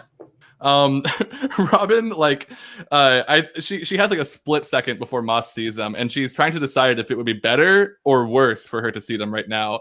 And Robin panics and just says, "Moss, look out!" And I want to try to shove Moss into an alleyway and jump in there too. I guess athletics if I need to. Sure. I want to resist the shove. Cool. So that's gonna go against your fortitude DC. Okay. Cool. So whatever your fortitude is, add 10. I'm gonna use a hero point. My fortitude is Oh, nice. with 10 would be 21. Okay, so I rolled a 19. I have a -2 to athletics, so that is 17. So she's like, "Moss, watch out!" And she just like she shoves you. I mean, honestly, pretty hard for Robin. You're surprised, but you do not budge. Okay. There's danger. Run into the alley, Moss. It's dangerous here. There's something's coming. Go. Moss stares in shock at Robin, actually taking it seriously for a minute, and then looks to where Robin was looking before. Yeah. And sees. Can I see? I would say. So Robin pushes you in, and as you're like, why are you? You see Scott and Mia walk past the alley. Okay. Without skipping a beat, Moss runs full throttle towards Scott and throws herself on him and starts making out with him like a teenager. Hi. Robin is like still in panic mode. Mia, come get nails. And I want to grab Mia's hand and start like dragging her off towards the nail salon. Mia's like, well, stop. Good to see you. It's good to see you. I'm not gonna roll in athletics on this. I want to show you my friend. It's hi. It's good to see you both. It's been a while. Sorry, shaken up. Yeah. I guess Remy and this is Scott. Like Scott, like literally, like I missed you too, Leah. Come on, get down. We'll have plenty of time to hang out. Like, he's like wiping his face, and like makeup is all over like in his mouth. Damn, Jason. And he's like wiping it. He goes, let's. I promised Remy we'd meet them at the Tipsy Crow. Like, are you doing anything? Are you guys gonna be here? We're gonna head that way. I was Scott, I'll be wherever you need me to be. I missed you so terribly. It was terrible. Oh God. Moss, you hear like a muttering in the back of your head. Oh. And as you hear that muttering, you realize that it's Clokey. And Clokey is talking to himself out loud so that you can hear him but not understand what he's saying. And that is where we're going to end this week's episode. Great. So what is this? Is this like a love trapezoid or something? How do you? square. It's like two squares. It can't be a square because there's like it's crossing through the middle from different points. So like it's like a pyramid, maybe a love pyramid. You remember that? You remember that thing where you had to like draw a weird shape without like crossing the lines? It's like that shape. Sure. Yeah. Love parallelogram. Perfect. There you go. I love it. It's a love hexagon. No. Anyways, thank you all so very very much. We just have a couple of minutes, so let's just do a real quick round where you can reach us. William and Jonas, go for it. My name is Jonas. Excuse me. I've been playing Robin. Excuse me again. I'm on Twitter at Jonas Newhouse. You can also find the band William and I are in on Twitter at Glass Beach Band. We have a Twitch account called twitch.tv/Glass Beach Band. I stream there. I'll be making music tomorrow at 4 or 5 p.m. Pacific. And then on Tuesday and Thursday, I'll be playing some indie games. I don't know what. So come check that out and follow to see when it's happening. Okay. So wait, you're trying to tell me potatoes have eyes? That is ridiculous. I have never seen any eyeballs on a potato before. That would be pretty gross, right? Like you pull a potato out of the ground and it's just looking right at you, wondering if you're going to smash it or bake it or whatever. I do not believe this. Let me ask my wife. William is on Twitter at KWilliamWhite. Yeah. They're also in the band Glass Beach, and they run a couple shows on QueueTimes. You can hear all about it in past episodes. Molly, go for it. My name is Molly McIsaac. I've been playing Miles the Magnificent. You can find me across the internet at Molly McIsaac. You can find me here on Twitch at Night Glimmer. I will be playing Final Fantasy 14 all this week on Twitch. Okay, yeah, that's all. Yay! Also, Moss is not a bitch, okay? True. It's true. She's not. She's just hurt. Yeah, she's hurt. This is just the way she is. Moss has family issues. Scott's her family. She'd be fine if he dated anybody except for this person she dislikes, okay? That is a reasonable polyamorous boundary. Yes, but it needs to be polyamory discussed between you before it just happens. Truth. It's true. Krug, go. I'm Krug, and you can Discord. That's me. I'm Krug. Great. My name is Jake. You can reach me on Twitter at IndigoQT, or you can hang out with us on our Discords. We both have a Patreon Discord where you can play RP, and that is where Kellendale, our RP server, is based around. So all of these people that I have mentioned, except for the librarian at the Temple of Aurora, are characters that are played by players on the server, and there is a lot that goes on there. So please, if you want to play Pathfinder 2nd Edition, join some fun games. That is the place to go. That is the hottest place to play Pathfinder. So yes, thank you all so very, very much. We will see you all next week for our final episode. See you all then. Bye. Bye.